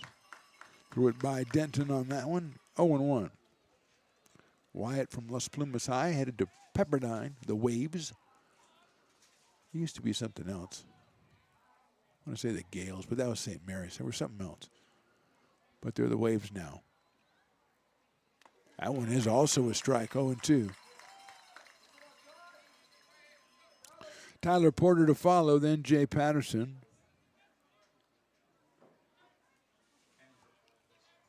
0-2 coming up to Wyatt Denton, and he takes a little bit outside, ball 1. 1-2. Newsbauer at second, and first is Robles. Look out, that's behind him. That'll move the runners up to second and third. So the wild pitch takes the force off and moves the runners both into scoring position here. Just the top of the 5th inning. Potters with the 5 in the first went out to the big lead, but it is now at 6-2 as the Lone Wolves relievers have come in and done a pretty good job after that first inning, allowing just 1 run in 3 innings. Denton swings and misses, so he gets the strikeout of Bryant Denton. 1 out here. Third strikeout for Tyler Hutchinson, and Tyler Porter will be the hitter. He is singled and popped out to second base.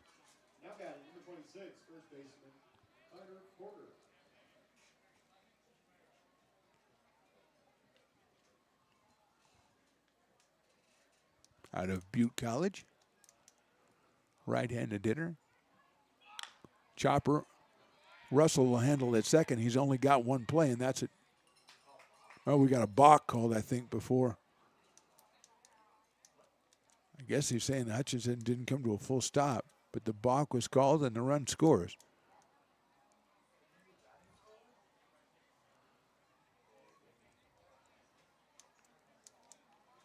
And now the Lone Wolves manager, one to call them the Lone Stars, the Lone Wolves managers are going to ask the umpire, and they're getting into a conversation. I believe a balk was called. Oh, I think we're going to get a catcher's interference call is what it's going to be. It's going to be, I think that's what it's going to be. On the swing, he contacted catcher's glove, and I think it's catcher's interference. And they awarded first base to Porter. So Neusbauer scores. Moving over to third is Robles. Porter is at first. I'm going to give him an RBI for that, although he's probably not supposed to, as Eli Garcia goes out to get some clarification. More importantly, that's a run across the plate for the Lone Wolves, and an out that was recorded is not going to be recorded. So there's still just 1 out, and now Porter's at first, and over at third is Robles. And coming to the plate, the number 9 hitter, Jay Patterson.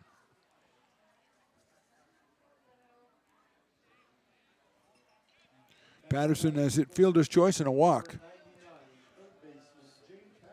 Out of Cabrillo Junior College, or Cabrillo College. And so the situation is 1 out, first and third, and Patterson at the plate with Nick Anderson on deck. Swing and a miss, 0-1.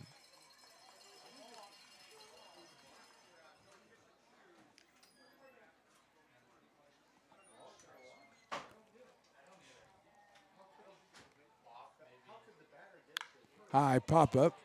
Short center field coming on is Russell. Going out is the shortstop Story, and he'll make the catch. Not far enough for anybody to advance. 2 outs. And Nick Anderson will be the hitter. Single, a walk, and a strikeout for Nick. And now batting for Chico, number 2, center fielder Nick Anderson. Coming to us from Feather River College. They're the Golden Eagles, or Eagles. Hutchinson delivers it inside for a ball, 1-0.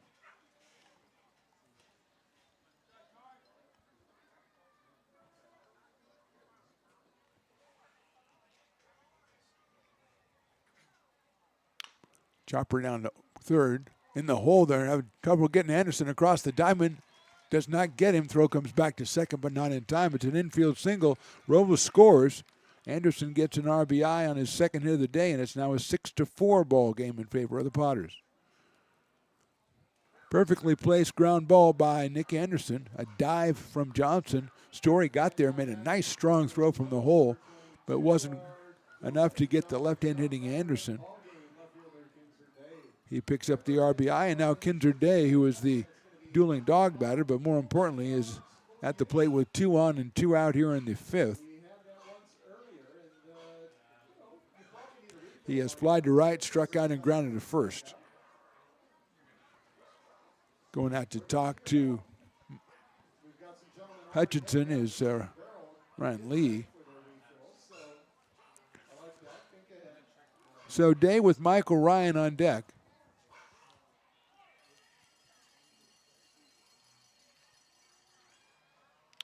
Lifts it down the right field line. It's going to go out of play as the Potters with some activity in their bullpen. That one out there where the parking lot Potters used to be.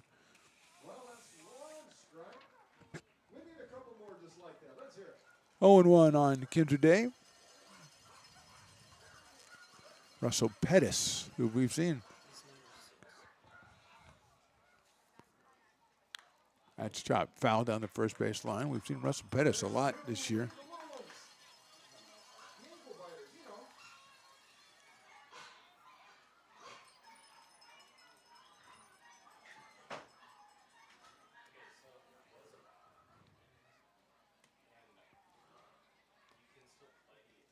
Oh and 2. Breaking ball, call strike 3. Lone Wolves scored twice in the 5th. We go to the bottom of the inning. Potters now clinging to a 6-4 lead.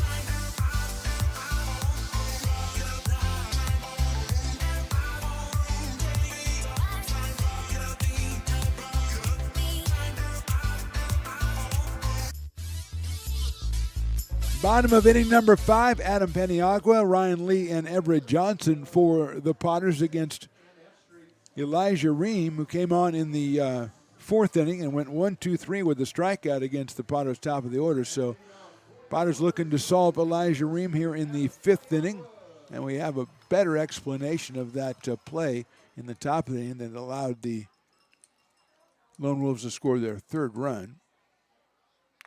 It was a balk, as we thought, but a balk, you can play through a balk, and the fact that the Potters stopped playing and the ball was legged out at first base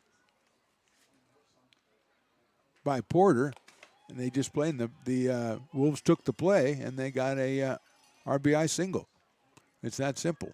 So the Potters heard balk, stopped playing, and the Lone Wolves didn't. Carson gave us that info.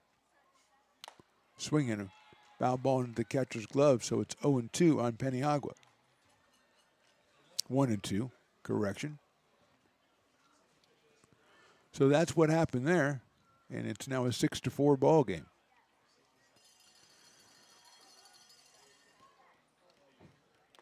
That one misses outside. Evens the count up at 2 balls and 2 strikes.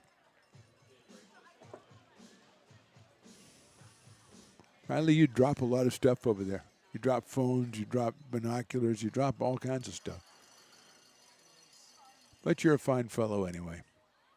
Popped up, and that'll get out of play. Peniagua out of Phoenix, Arizona. Went to Regis University in Denver, Colorado, and now finds himself in Lincoln, California. So there's a little bit of a triangle symmetry to that. Maybe. Perhaps.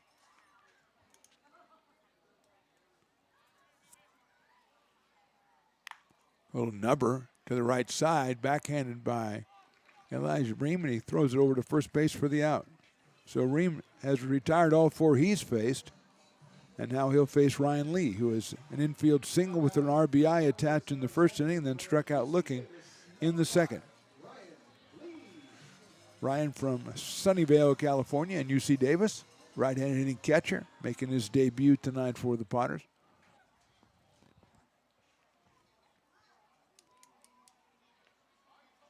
And he takes high and outside, followed by his fellow Aggie, Mr. Everett Johnson, who's on deck.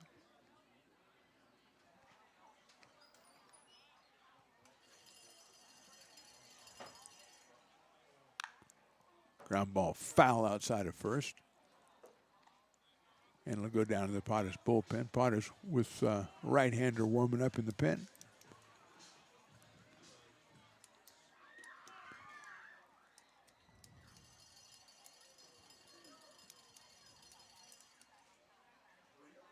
Swing and a miss, off-speed pitch.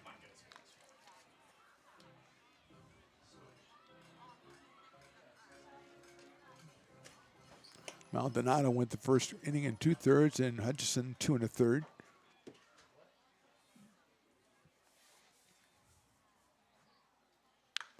High in the air, left center field. Moving over is Ginzer Day, and he'll make the catch in medium deep left center field for the second out. So Elijah Ream is 5 for 5, and Everett Johnson comes up to the plate with a strikeout and a walk to his name in his first game as a Potter.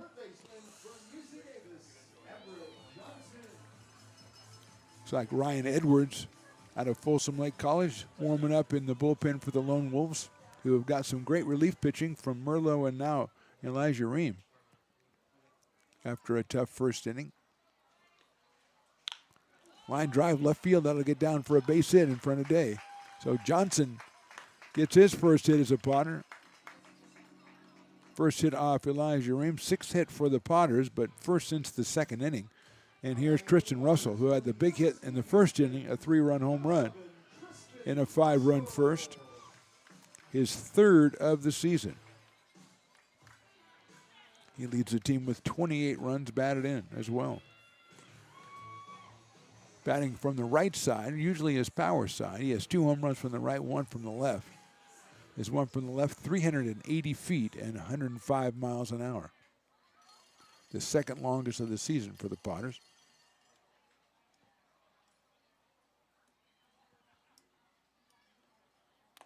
That one finds the strike zone, 0-1, 385 for Ty McGraw a couple of days ago. That one also 105 off the bat.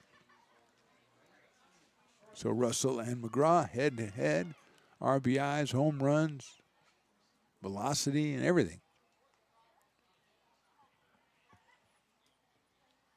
Swing and a miss. 0-2.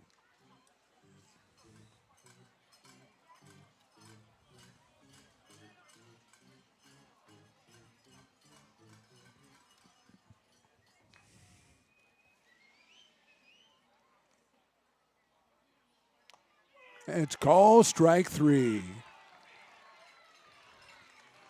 And Ream comes back after the base hit, gets the strikeout.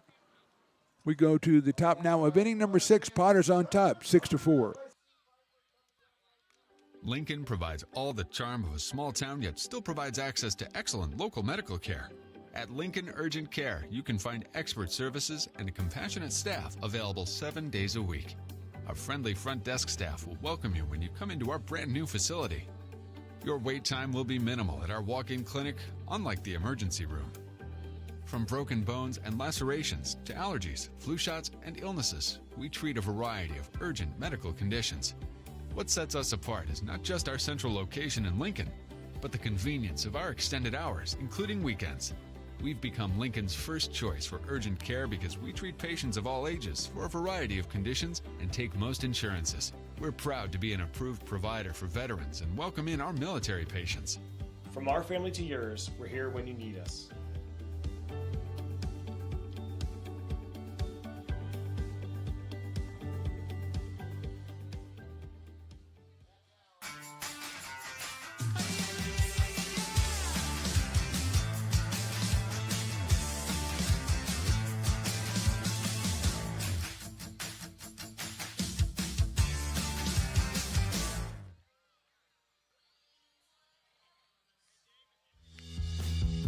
If you're in need of a seasoned DUI attorney, contact the law office of Samuel D. Burns Incorporated. We are familiar with the laws surrounding your case, and we will work diligently to minimize the negative impact following a DUI charge. With a proven track record, Sam Burns works on your behalf to provide a positive outcome. He's been able to save his clients' driver's licenses and negotiate more favorable terms. Visit our website.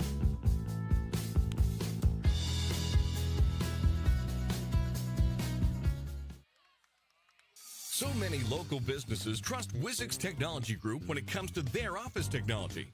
Wizix is a full-service, locally owned company with exceptional service, supplies, and support, which guarantees quick delivery and response times. Copiers, printers, scanners, business phone systems, EV charging, document management, and more. Join the ever-growing list of local...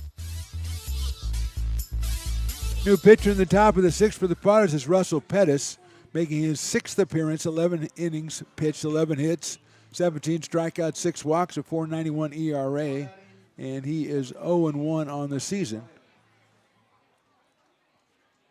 He'll face Michael Ryan, who is 3 for 3 so far, and he'll hit Michael Ryan, so he'll stay 3 for 3, but he's on base for his 4th time. And that will bring up Zane Denton, the catcher.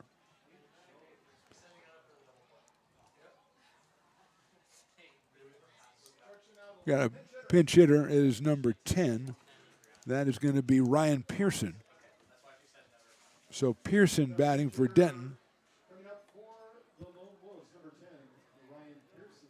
So Pearson will bat for Denton, who is 0 for 3 but scored a run. And Pearson comes to us from Butte College.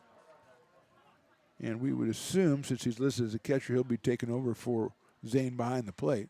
And he'll take a strike right there from Pettis. 89 from Russell Pettis.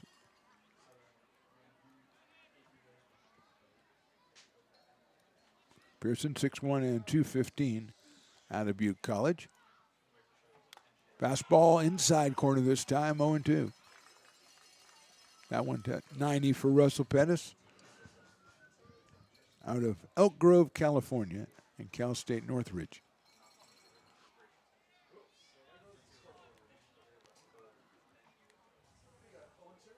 Breaking ball is fouled back.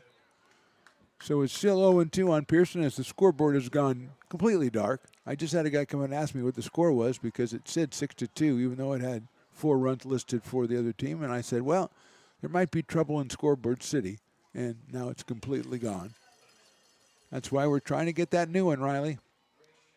Pearson hits it sharply on one hop to short, flip to second, over to first. That's a nice 6-4-3 double play. Potters turn it on a Pearson hard shot. Story to Tristan Russell to Ty McGraw, and Jade Nussbauer will be the hitter. He has flied to right, he has singled, he has walked, he has scored once, he has driven and run. So a busy night for the Chico High product, headed to Chico State.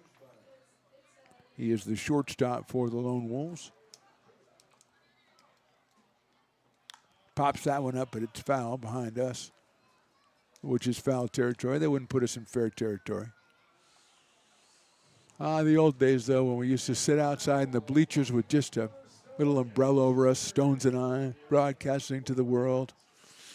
Those were tough. Those were tough days. It was very hot. Chopper out to second base. Russell moves back on it. Tristan to first, and we got ourselves a nice inning for Mr. Russell Pettis. We're at the bottom of 6. Potters still on top, 6-4. This job is the Esplanade at Turkey Creek phases 4 and 5.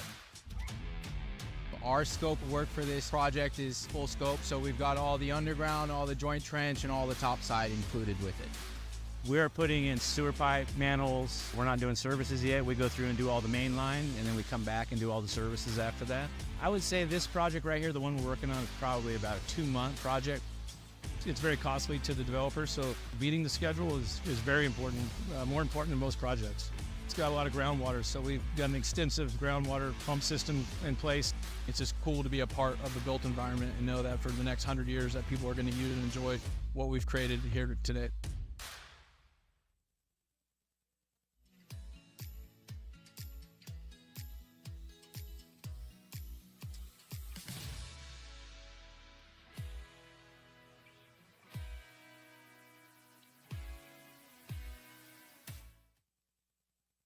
Hi, Bill Evans, President of the Placer County Association of Realtors. We're in the store, our conference facilities, an amazing team that helps us keep together an amazing organization. And we thank them all. This organization can't do what it does and can't run the way it runs without the help of so many members volunteering their time.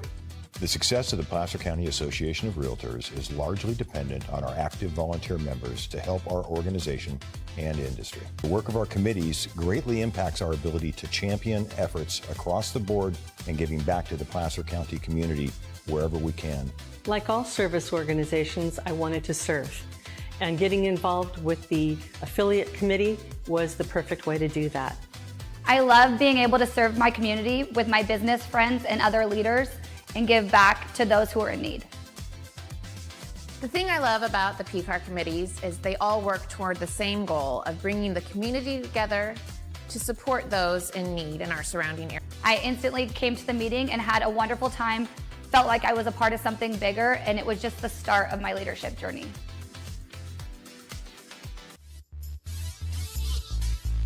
Bottom of inning number 6, Potters holding on. They scored 5 in the first and 1 in the second. They led it 6-0. It's now 6-4. Ty Russell, Kenneth Winters, and Ethan Liao will be the hitters, and the new pitcher is Ryan Edwards, the right-hander out of Folsom Lake College. As Elijah Ream, 2 innings, 1 hit, and he struck out 2, and he was very good out there. And combined, after the first inning when they gave up 5 runs, Merlot and Ream, 4 innings pitched, 3 hits, 1 run, 5 strikeouts, and just 1 walk. So good work by the middle relief of the Lone Wolves, and that's a chopper out to shortstop. Neusbauer bobbles it, picks it up, throws. It's going to be too late. It'll be an error on the shortstop, and Ty Russell reaches to open up the bottom of the 6th. That is the 3rd error for the Lone Wolves, and Kenneth Winters will be the hitter. He has fielder's choice and grounded into a double play, so Kenny is 0 for 2 so far tonight.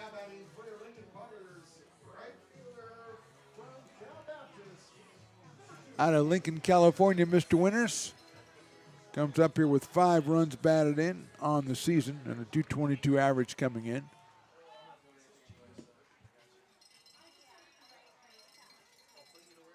Fastball is high and inside. A 1-0.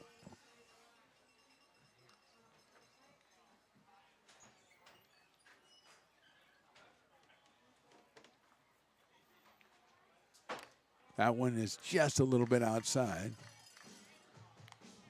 2 balls, no strikes on Kenneth Winters. Checks down with the third base coach. Is another right-hander loosening up for the Lone Wolves. Potters also with some activity in their bullpen. Throw back to first base, and Ty Russell is back in.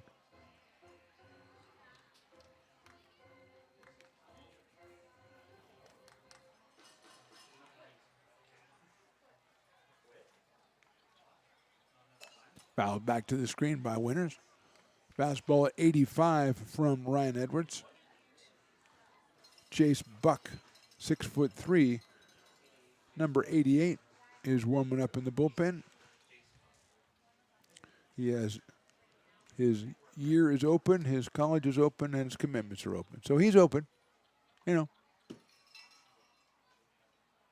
Breaking ball misses.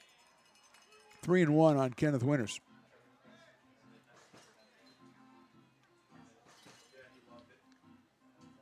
Potters with 6 hits in the ball game, only 1 since the second inning.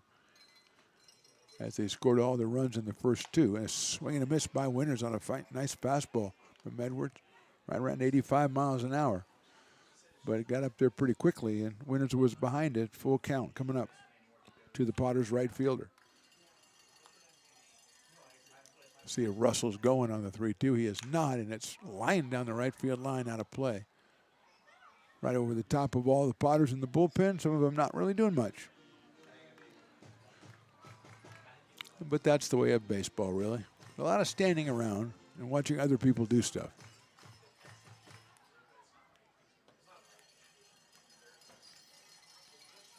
(3-2) coming up again.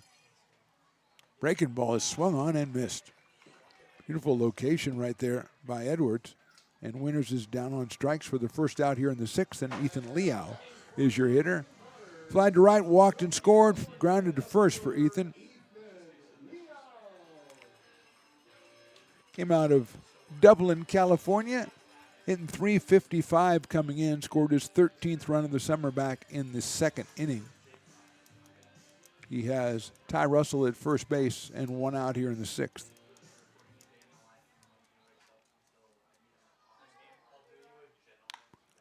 Slow chopper up the middle. Nussbauer steps on second over to first. Double play.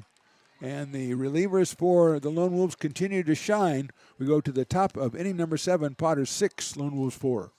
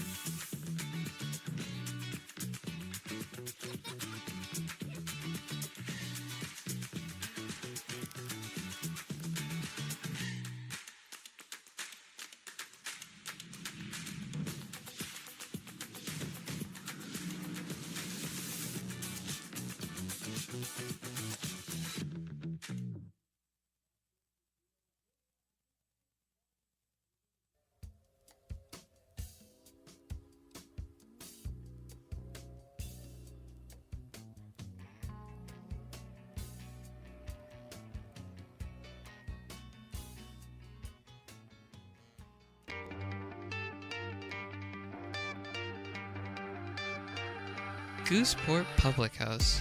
We have sports on 10 big screen TVs, 23 beer taps with classics and crafts, a full bar with creative craft mixed drinks, live music, and most importantly, great fresh food. In downtown Roseville off Vernon Street. Only 15 minutes from the ballpark. See ya at Gooseport.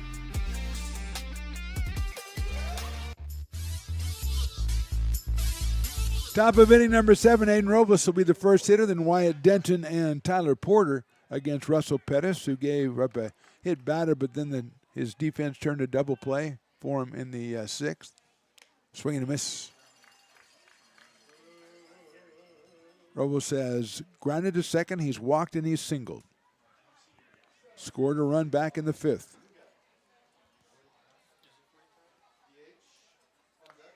There is a ball.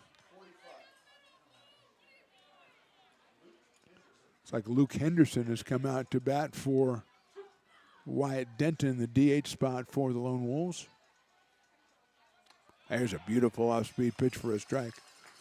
1-2.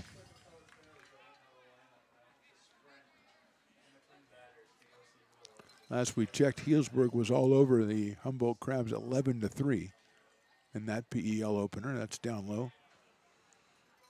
Mudcats got a win over West Coast Kings 8-2. Mudcats will host our Potters tomorrow, and then the Potters come back for a big weekend series against the Humboldt Crabs, 7:05 on Friday and Saturday, 6:05 evening start on Sunday.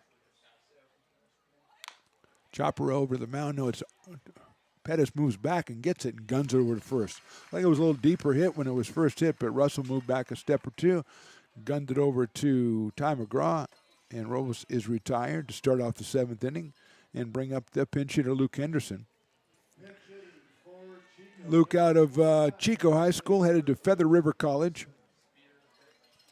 6 foot, 235, right-handed hitter. Line drive right back up the middle, cut over by Russell behind second, over to first. Nice play, Tristan Russell.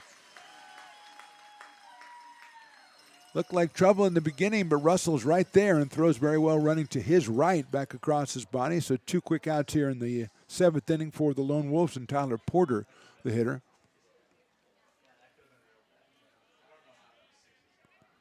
Porter out of Butte College has singled.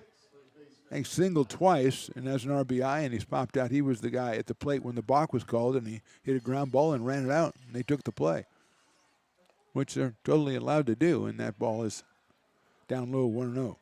So Tyler is 2 for 3 with a run driven in.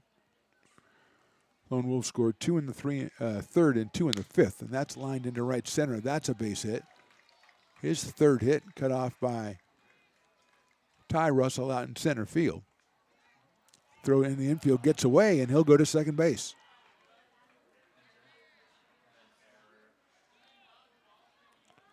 So have to assess an error in the outfield to the Potters on that throw getting through and allowing Porter to get to second base. Tyler now 3 for 4. He's in scoring position for Jay Patterson.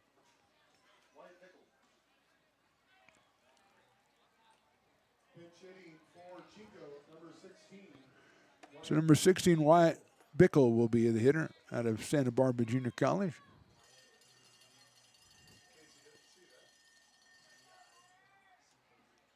Bickle fouls it back to the screen. So Bickle hitting for Patterson, who was 0 for 2 with a walk. Porter is at second base with 2 outs here in the 7th. Fastball sails high. It's 2-0. Make it 1-1. I was distracted by your pizza, Riley. I somehow knew you were going to get around to pizza. Doesn't matter the road you get there through the dogs or whatever, but you're going to get your pizza. Line drive in the hole, base hit left field. Porter's going to stop at third. Now he's going to take off as the ball was bobbled, and he'll score.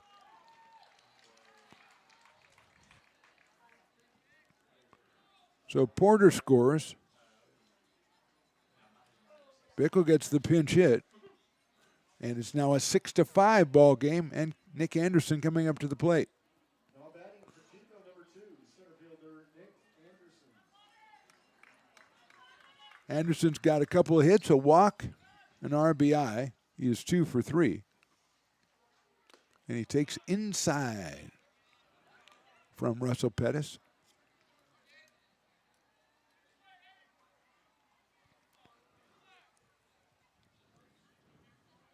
Kinzer Day on deck. Outside, 2-0. Maldonado started, went 2 2/3, gave up 5 hits and 2 runs. Hutchinson 2 1/3, 4 hits, 2 runs. Now Pettis working his second inning. He's given up 2 hits and a run in this inning. And he falls down as he's trying to throw it. Hopefully he's okay. He got it toward the plate, so there was no balk or anything, but he just fell down trying to deliver the ball. Good block behind the plate by Ryan Lee, but good job by Pettis to get that ball out. And it's now 3 balls and no strikes.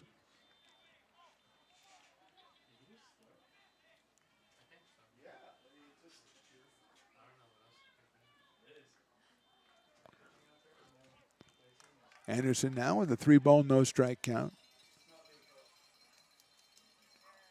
Ball 4.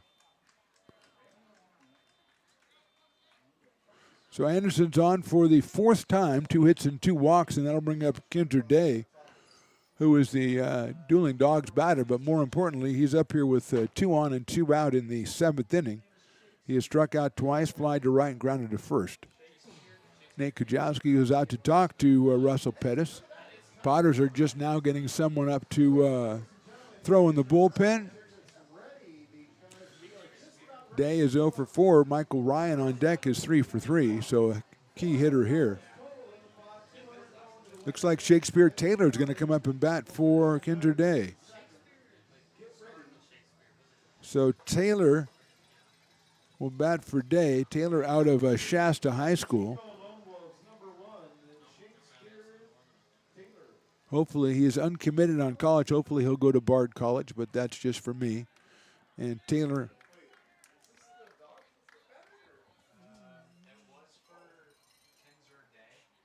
That's high for a ball, 1-0. Shakespeare takes over as the last dueling dog batter of the day because it's the 7th inning and we're still doing it. First and second, 1 run in. Takes it, it is a strike. Bickle at second, Anderson at first. It's a 6-5 score here. We are in the top of the 7th inning. Shakespeare Taylor with a swing and a miss.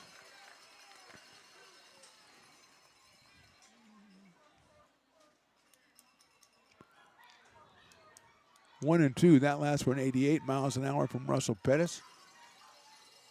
The dueling dogs are barking. In the dirt, gets away. It's a wild pitch. It's going to roll down the third base line. Pettis comes in to cover the plate as Bickle moves to third, and moving to second is Nick Anderson. A 2-ball, 2-strike count, and now the potential go-ahead run is in scoring position.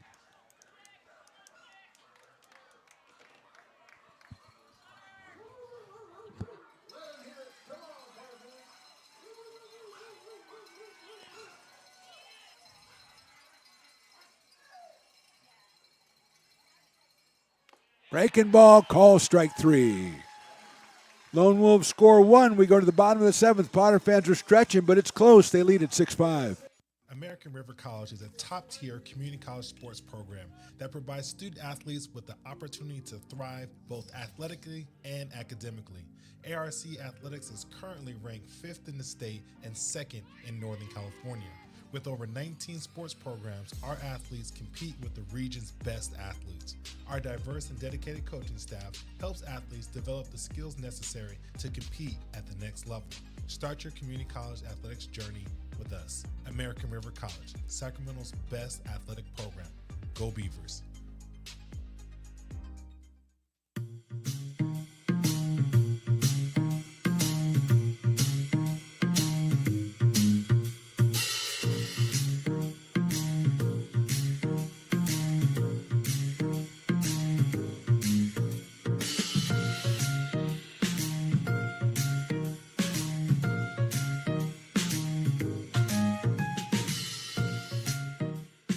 I'm Bill Spear, North Valley president of 5 Star Bank. In a time when business can feel so uncertain, we're here for you every step of the way. I know they have a lot of bells and whistles within their bank, but just the relationship piece here locally on the business side is huge for us. 5 Star treats us like we're number one. They're right there with suggestions, with help. So I have to bank with people that have our mission in mind. We're 5 Star Bank. How can we help you?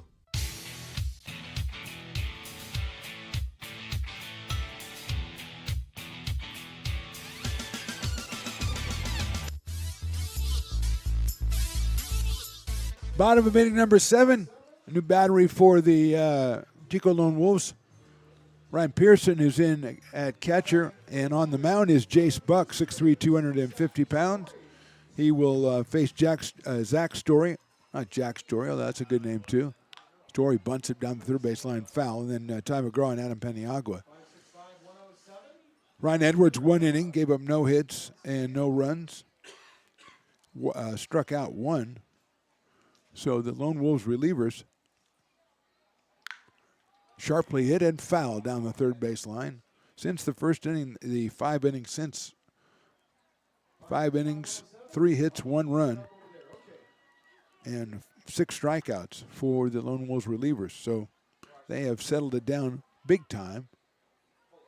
Swing and a miss on the fastball, and Story is down on strikes. That was 90 by Jace Buck, and that'll bring up Ty McGraw, who walked, had an RBI single, and struck out so far. His 24th run batted into the season back in the 2nd inning. And he scored his 18th in the first.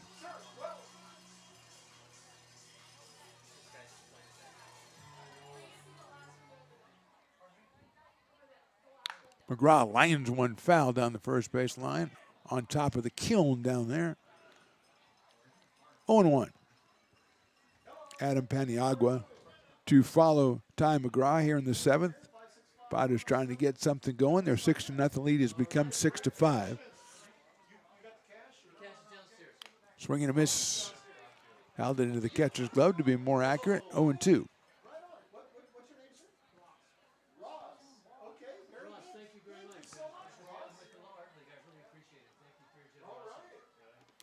That is a ball. Looks like the 50-50 guy donated it back to the seller, so that was tremendous work by him.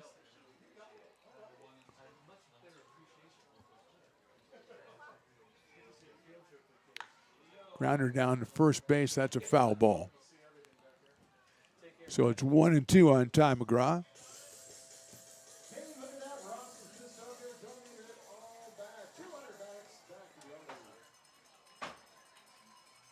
The people that donate back the 50-50 winnings are the finest human beings in the world, Riley.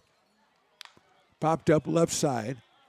Everybody giving chase. It should get out of play, and it does out by the grassy knoll. So Ty hanging tough against Jace Buck.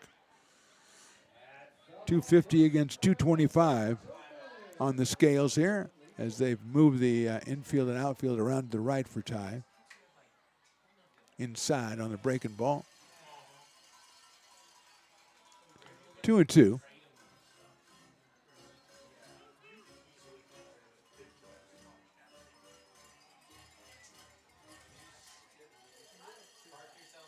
Fastball misses. Good looking pitch, just a little high.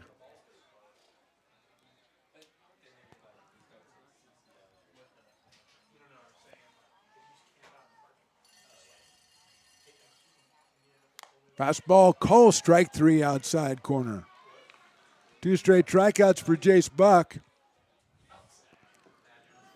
And Adam Peniagua's the hitter. He has hit a sacrifice fly. He has a single and a ground out.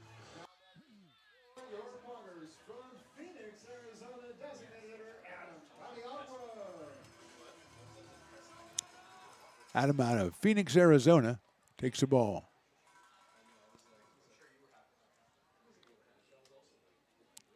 That's the 8th strikeout by Lone Wolves relievers in this game. Peniagua, it's a line drive over shortstop into left field, a base hit. Cutting it off in left field is Taylor. And Adam is now 2-for-3. Just the second hit since the second inning for the Potters, and Ryan Lee will be the hitter. He's singled, driven in a run in the first, struck out in the second, and then fly to left in the 5th inning. 7th hit overall for Lincoln.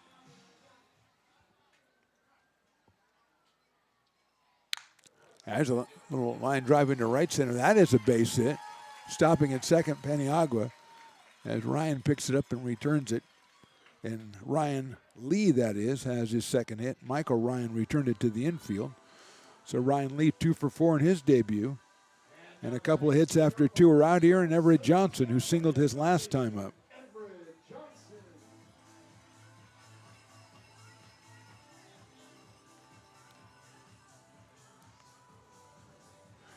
Everett Johnson from Sonoma, California, and UC Davis, like his teammates Story and Lee, up here with a chance to do some damage with 2 outs.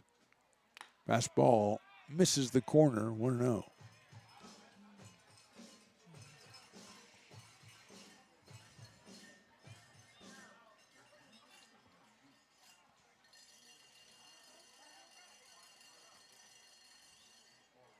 Swing and a miss. 1-1 on Everett Johnson. He's followed by Tristan Russell, who has a 3-run home run, kind of the biggest hit of this game. 3-run home run back in a 5-run first inning. And the Potters now lead it by 1, 6-5. Chopped down to third, handled over at third by Patterson, and he steps on the bag for the out, and that is the end of the inning. So we go to the 8th inning. Potters don't score in the 7th. It's 6-5 Lincoln.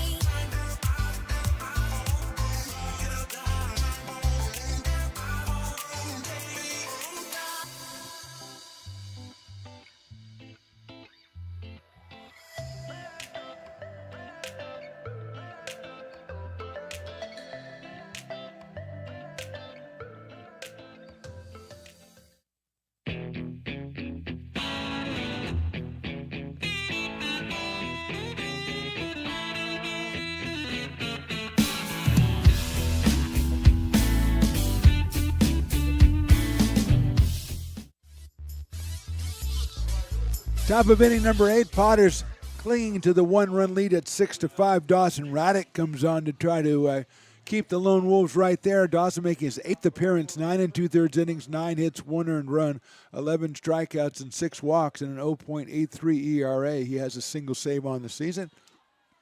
And he delivers down low to Michael Ryan, who has 3 singles and has been hit by a pitch. So he's been on base all 4 times. Out of Folsom Lake College, headed to Cal State San Marcos. Chops it foul back to the screen.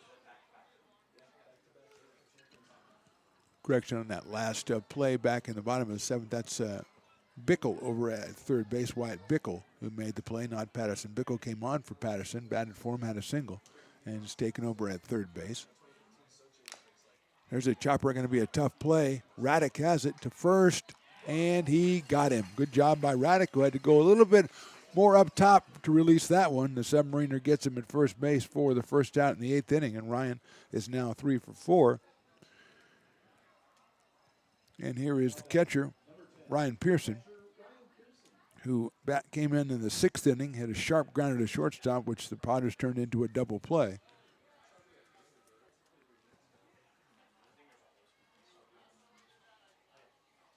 Inside for a ball.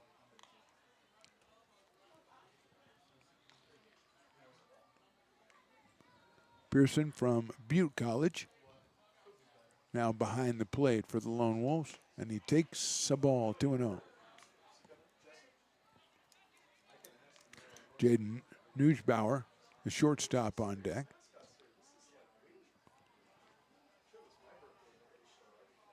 Swing and a 2-1.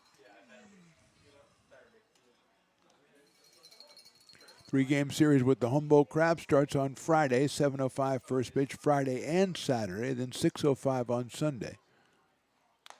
That is just a little high. Join us out here at McBean for a tremendous weekend of entertainment, or come out to a game or two and then watch the rest of them at home on Lincoln Potters Baseball YouTube or Stones Broadcast Network YouTube.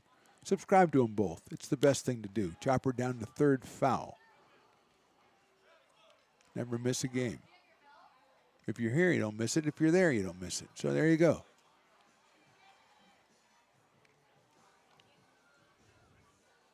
Three and 2 on Ryan Pearson.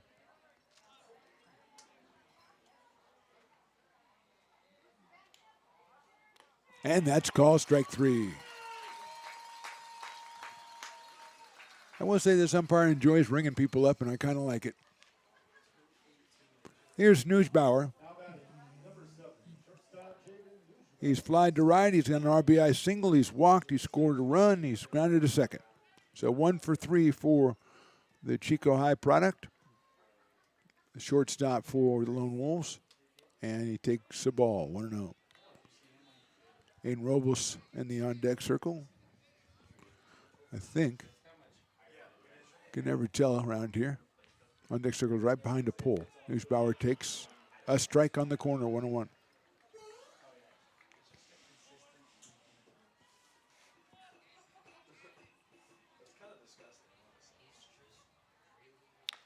Chopper down the first base line. That is foul.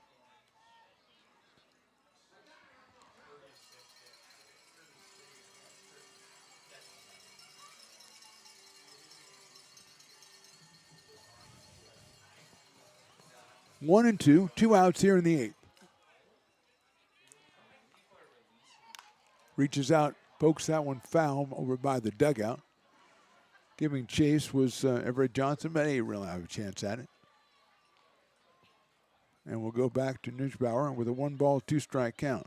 Jaden 5'10", 180.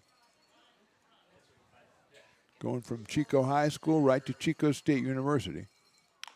And he chops that one foul down the first base line. Might have been off the old foot right there. He's going to walk it off. Looks like he has some sort of, I guess that's just protective shin guard, ankle guard. Looks like he has a walking boot on. That's probably the same thing.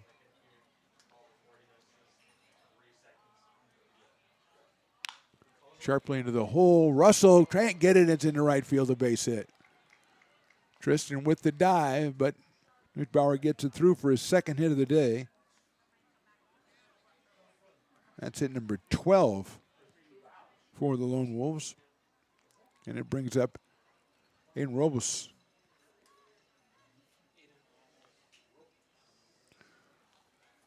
So Robles, who has got a walk and a hit, and he's grounded out twice, so 1 for 3. He scored a run. That was back in the 5th inning. He's got Neusbauer at first and 2 outs here in the 8th. Dawson Raddick.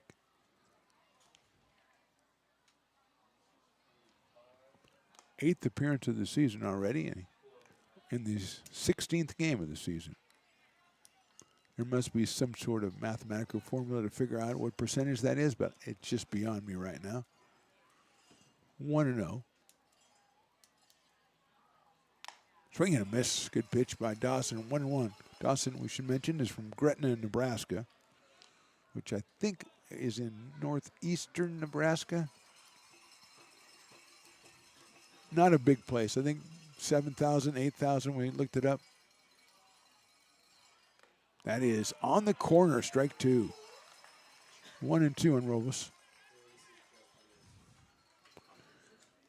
Aiden from Butte College, headed to Reinhardt University, home of the Eagles.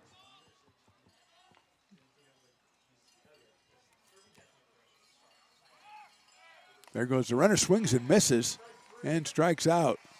Almost like you're trying to protect the runner, but it's the 3rd strike.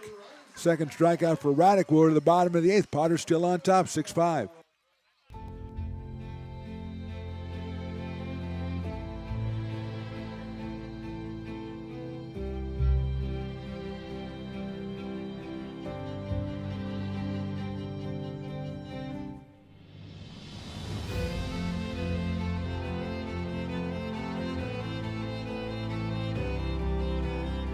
Situated on the corner of Lincoln Boulevard and 5th Street, this iconic building has been the home to several hotels over the decades, the most famous and longest running of which was the Lincoln Inn.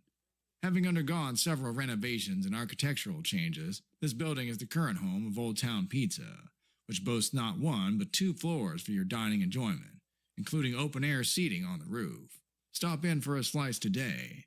Or stop by the Lincoln Museum to see the 300-pound cash register that used to adorn the front desk of the Lincoln Inn. For more great history, visit the Lincoln Area Archives Museum and, by appointment only, take their free walking tour of historic downtown Lincoln. When it comes to your home's maintenance and repairs, Jeffers Resource Group has you covered. Our handyman services offer a comprehensive range of expertise, from minor carpentry to drywall, electrical and flooring for property managers, landlords, and renters alike. We ensure that every job is completed to the highest standards, so you can have peace of mind. Contact us today to discover how Jeffers Resource Group can help keep your home in top shape.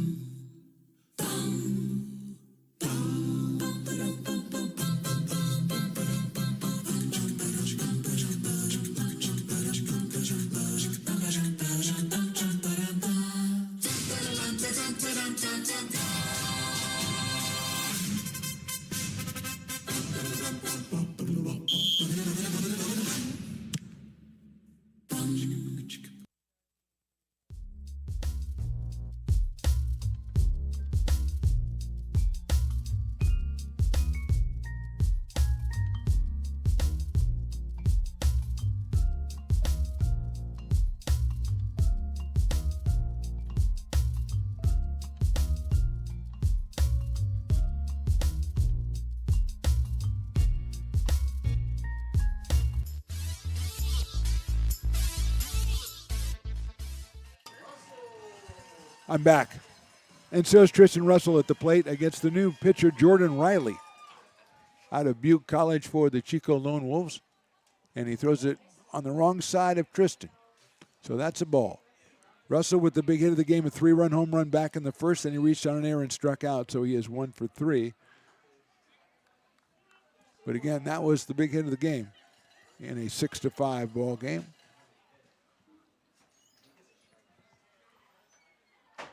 And that one's not behind him, but it's pretty close to him, so it's 2-0. Lone Wolves relievers, as we said, last inning. Just 5 hits allowed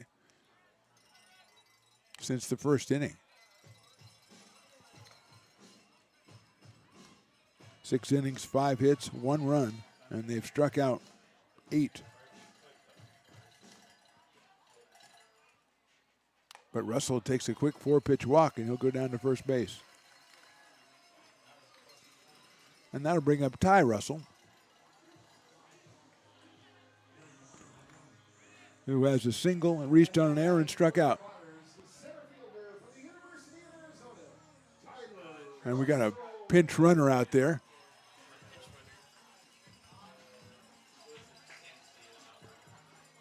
We'll be endeavoring to get that number to you. Russell, as we said, looks like Brett Griffiths is going to run for Russell. There's a bunt by Ty Russell, picked up.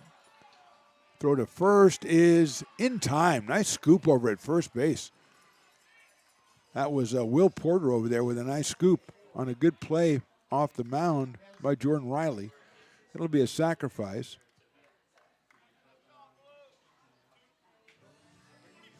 Going to second is Griffiths.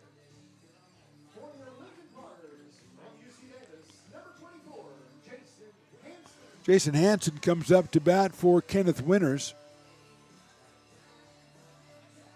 Winters 0 for 3 tonight. Jason out of UC Davis, Roseville, California, comes up here with a runner at second base. A big run out there, and he takes a strike. Padres leading at 6-5. We're in the bottom of the 8th inning.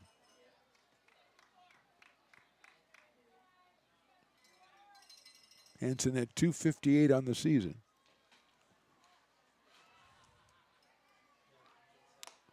Next swing, he goes around, it's 0-2. 9 runs batted in, 11 runs scored for Jason. Ethan Liao, leadoff man on deck.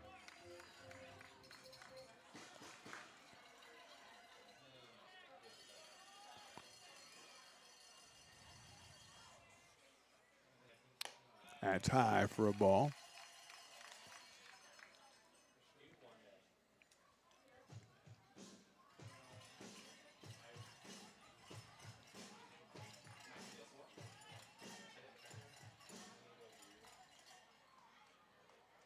There goes the runner, and it's popped up.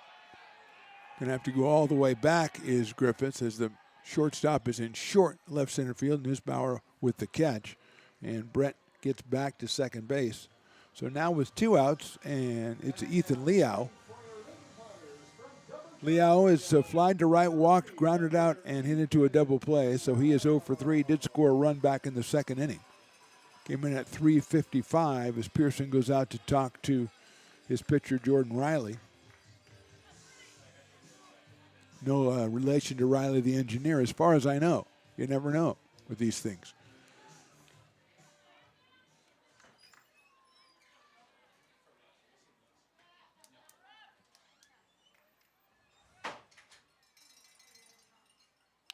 Fastball misses high. 87 from Jordan Riley out of Butte College. Salenza went the first inning, then Merlo, Ream, Edwards, Buck, and now Riley. And as we said, since the first inning, just 5 hits and 1 run allowed. That's a strike.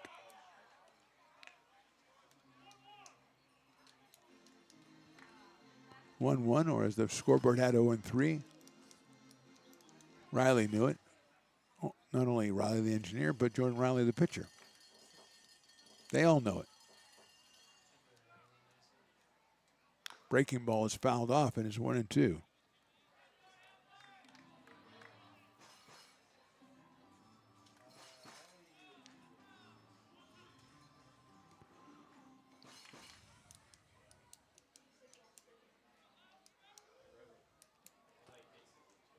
Griffiths, the pitch runner, down at second base. Getting a pretty nice lead there. Leo takes high, 2-2.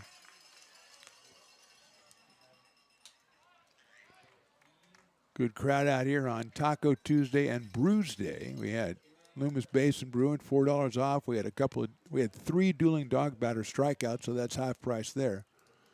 And we have the $2 tacos from Sabores de Mexico. There's an inside breaking pitch, 3-2 on Liao. Zach Story on deck.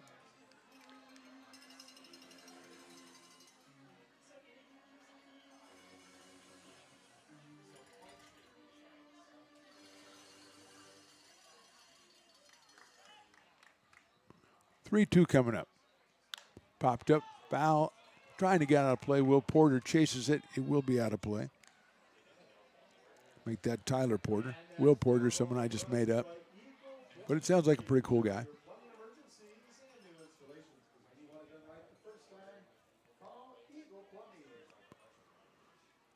So we'll do it again, full count on Ethan.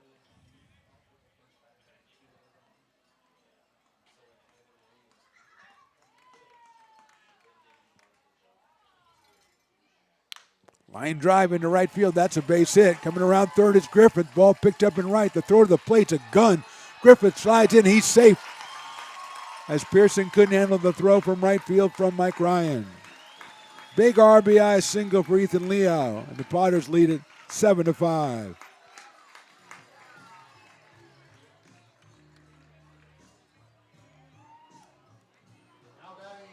Now to bring up Zach Story.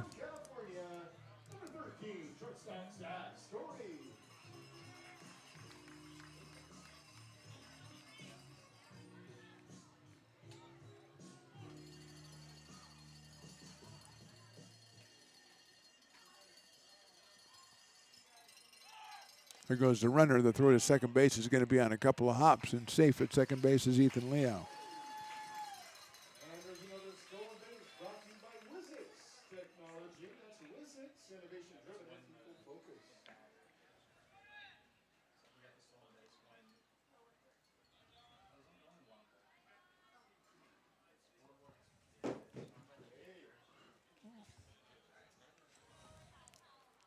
Story hits it sharply, but hits it foul. He's done that a couple of times, right down the third base line. It's 1-1 on Zach, who has walked, flied to right, popped to short, and struck out. He scored a run way back in the first inning when the Potters scored 5 times. One in the second, and just now scored the next run. That was in the bottom of the 8th. Breaking ball misses inside, 2-1. Ty McGraw on deck.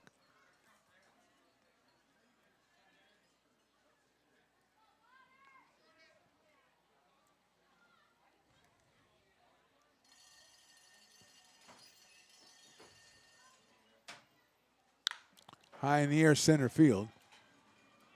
Anderson camps underneath it and makes the catch. So the Potters score a big run in the 8th. We go to the 9th. They lead at 7-5.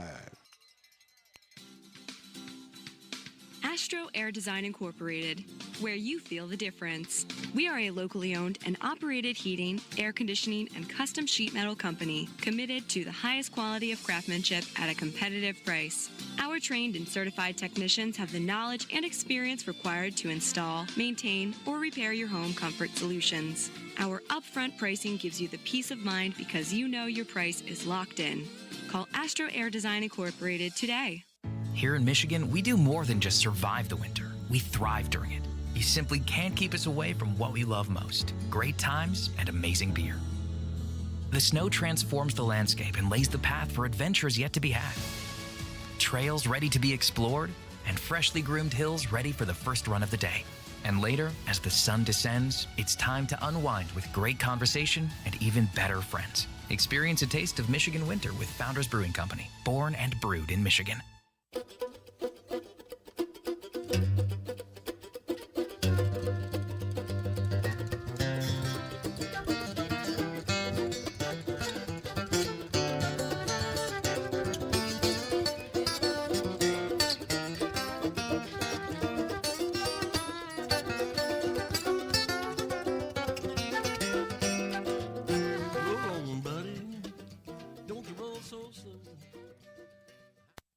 Being a laborer means everything. It was what took care of me when I was growing up. It's what takes care of me now. Because of President Biden and the money he's put into infrastructure, the need for our workforce to expand is out of this world. When our members are able to go to work on these big projects that are funded by Biden's economic investments, it means continued growth in their wages, in their pensions, in their health benefits. It means they're going to be able to take care of their families. Going to be Luke Henderson starting us off here. He came on for Denton back in the 7th inning. And he is 0 for 1, and the pitcher is Drew Kirby, the big right-hander. It's fouled off by Henderson. Drew making his 5th appearance, 4 innings, 2 hits, 1 run, 7 strikeouts, 2 walks, and a 2.25 ERA. He's here in a save situation tonight against Henderson and Tyler Porter and Bickle. Wyatt Bickle is next. That's popped up right side, giving a lot of chase in right field, and it's a foul ball and a nice catch out there in right field. That's going to be Jason Hansen, I believe, in right field, who batted for Winners. And Henderson is the first out of the inning, and that'll bring up Tyler Porter, the first baseman who has 3 hits in the game. Make that 3 hits. 3 hits, an RBI, and a run scored for Tyler Porter.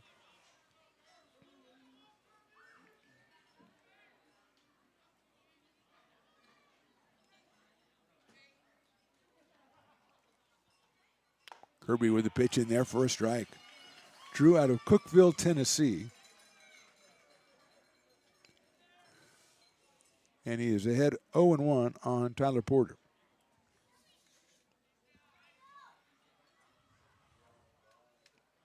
Swing and a miss. It's quickly 0-2. Wyatt Bickle on deck.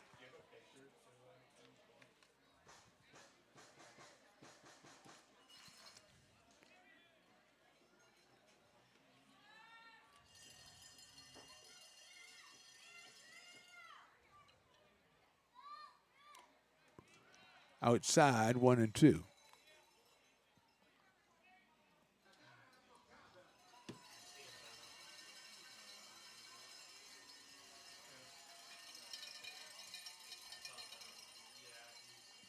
One and two on Porter. Fastball misses. Singled in the second. Popped up in the third, singled in a run in the 5th, and singled and scored in the 7th. So he has had a pretty busy day out of Butte College. Outside, 3-2. Reminder, on the road tomorrow against the Solano Mudcats in PEL play are the Potters. And then Friday we're back here, 7:05 first pitch. Humboldt Crabs come into town for the first of a 3-game series. Make your plans to be out here at least once on the weekend, if not more. And there's a call, strike 3. 2 outs, and Bickle will come to the plate. Come out at least once this weekend and stay home and watch us at least once at home. Or any combination of the two is fine. 2 of one, 1 of the other. It's okay. Wyatt Bickle is the hitter. Bickle came on for Patterson back in the 7th and had a single. So he is 1 for 1, and he's your last hope if you're a Lone Wolves fan. Chico team has acquitted themselves quite well today. They fell behind early, 6-0. And through the efforts of their relief pitchers, they have clawed themselves back into this one. They trail at 7-5. Strike call on Bickle, so it's 0-1.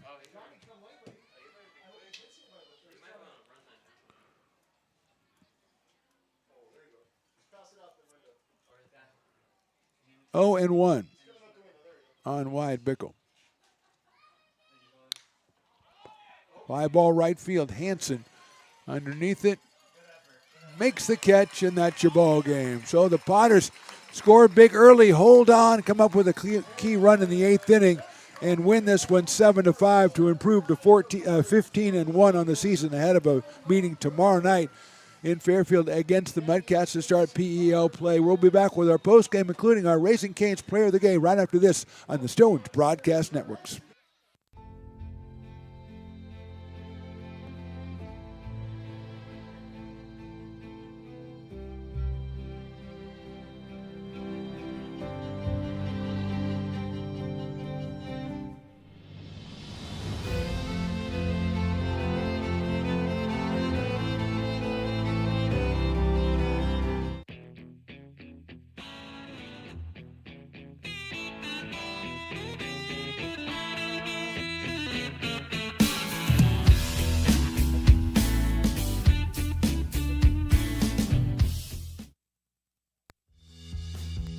If you're in need of a seasoned DUI attorney, contact the law office of Samuel D. Burns Incorporated. We are familiar with the laws surrounding your case, and we will work diligently to minimize the negative impact following a DUI charge. With a proven track record, Sam Burns works on your behalf to provide a positive outcome. He's been able to save his clients' driver's licenses and negotiate more favorable terms. Visit our website.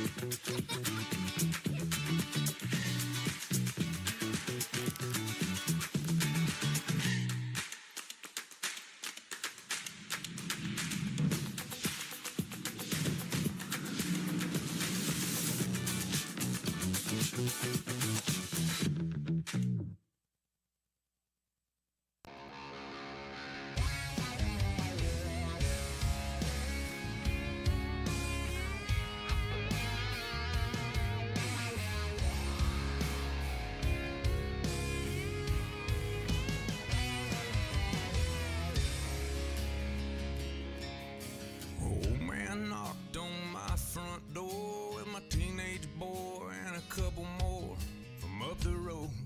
He had him by the collar, said he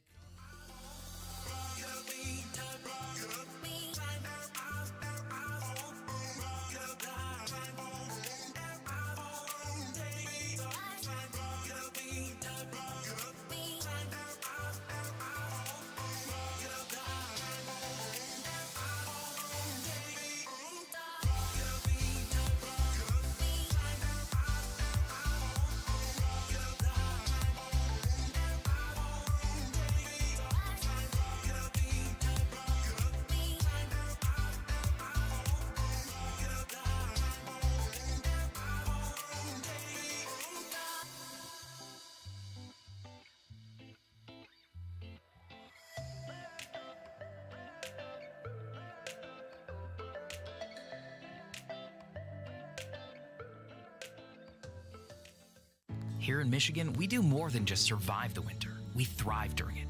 You simply can't keep us away from what we love most: great times and amazing beer. The snow transforms the landscape and lays the path for adventures yet to be had. Trails ready to be explored, and freshly groomed hills ready for the first run of the day. And later, as the sun descends, it's time to unwind with great conversation and even better friends. Experience a taste of Michigan winter with Founders Brewing Company, born and brewed in Michigan. So many local businesses trust Wizix Technology Group when it comes to their office technology. Wizix is a full-service, locally owned company with exceptional service, supplies, and support, which guarantees quick delivery and response times. Copiers, printers, scanners, business phone systems, EV charging, document management, and more. Join the ever-growing list of local businesses and win with Wizix, the largest independent provider in the Valley. Wizix, office technology made easy.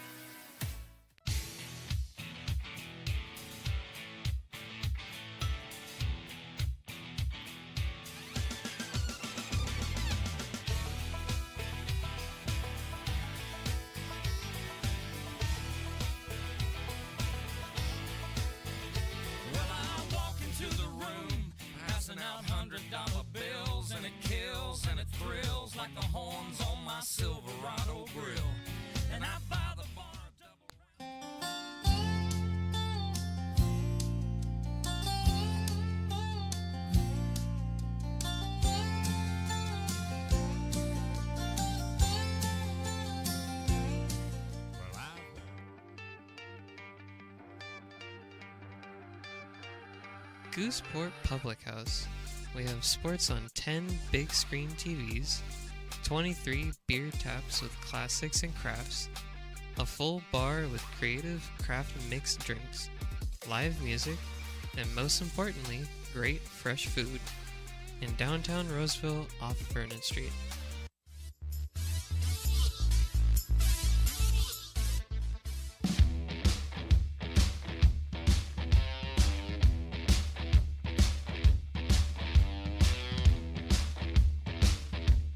And now it's time for our Raising Cane's Player of the Game interview. Right here on Stone's Broadcast Networks. Welcome into the Potters postgame. Mark the Phantom here with our Raising Cane's Player of the Game. Once again, it's a familiar face. It's Tristan Russell. Hello, Mr. Russell. What's up? How's it going? You're making this kind of a habit. Yeah. When I said at the beginning, I said, hope to see you again this summer. I didn't mean 3 or 4 or 5 times. I mean, I'm not going to complain, but it's your third time up here, and you've earned it every time, and today you earned it. Basically, everybody was kind of moving around for 8 innings, and you had the big hit, the 3-run home run in a 5-run first inning, and you were saying before we started that it felt good to hit one from the other side of the plate. Yeah, it did for sure. You know, got the first two from the right side, and now getting one from the left side. Just had to prove I could do it, so it felt good. Well, you know, with you, I always have to ask you if you had a premonition this morning that anything was going to happen, because you get these feelings, kind of like a psychic guy, and I like to check with you and see if you had any thought about, I'm going to get up in the first inning, and first of all, they're putting you down 7th. That had to just get you all mad and everything. I guess so. I don't know. I guess maybe getting me and Ty in different spots of the order, because we've been driving in a lot of runs, so not having us back-to-back. Yeah. Maybe that's the strategy there. I'm not sure, but, I mean, it worked. So. Yeah, you're the 7th, the second cleanup almost from Ty is 3rd, and you're 7th. But it was obviously the big hit of the game. You guys get the win 7-5, 15-1 now. But now it kind of starts different now, because tomorrow it starts with the conference play, and that's a whole different animal. Have you guys talked about that? We had Eli Garcia up a couple of days ago. He said he mentions it to you guys, but now you got to turn the page a little bit. Yeah, I think tomorrow's our first away game. Is that right? Yeah. So, I mean, it's going to be interesting. It's going to be cool to get on the road finally. It's been nice playing all these home games, but getting on the road is fun too. And, you know, at the end of the day, just got to keep doing what we've been doing. We've been winning a lot of games, so hopefully we can keep that going and start off on the right foot in conference play. So you've been doing great from the average standpoint, from the home run standpoint. You have 3, Ty has 2. What is more surprising to you, maybe neither one is, the fact that you have 3 home runs or the fact that your average is up over 400? Well, I mean, obviously both is nice. I wouldn't say that has come to a surprise. You know, I expect a lot from myself. But, you know, I'm glad that I've been able to hit for average and for power. So tell me the play that you're here for is the 3-run home run, but there was an odd play that you hit a ground ball and that guy tossed it to first base, and I called you out and I was already going to the next batter. Yeah. All of a sudden you're halfway down the baseline, coming back and getting back on the bank. What the heck happened on that play? Well, I think the first baseman and the second baseman, I think they both might have originally gone for the ball, and then when the second baseman threw to the first baseman, he wasn't on the bag, so he didn't get back in time. So that's what happened there. I have to call it a base hit then. That's what I'm going to have to call it. I thought it might have been error. It looked like a base hit to me. No, the first baseman never got back to the bag. Well, there you go. So finally, it looked like maybe you were moving a little gingerly a little bit, and Brett came in to run for you. So how you feeling? I did catch a little cramp on that exact play. I did catch a little cramp running down the first base line. So hopefully, you know, it's nothing bad, but, you know, I'll get it checked out tomorrow, get a massage and all that good stuff. But I'm glad I was able to stay in the game and contribute to the win. And you did. You're our Raising Cane's Player of the Game for the 3rd time, and well deserved, my friend. It's great to see you again. Let's do this again next week. Why don't we do that? Let's do that. Tristan Russell's our Raising Cane's Player of the Game. We're back with more postgame right after this on the Stones Broadcast Networks. Lincoln provides all the charm of a small town, yet still provides access to excellent local medical care. At Lincoln Urgent Care, you can find expert services and a compassionate staff available 7 days a week. A friendly front desk staff will welcome you when you come into our brand new facility. Your wait time will be minimal at our walk-in clinic, unlike the emergency room. From broken bones and lacerations to allergies, flu shots, and illnesses, we treat a variety of urgent medical conditions. What sets us apart is not just our central location in Lincoln, but the convenience of our extended hours, including weekends. We've become Lincoln's first choice for urgent care because we treat patients of all ages for a variety of conditions and take most insurances. We're proud to be an approved provider for veterans and welcome in our military patients. From our family to yours, we're here when you need us.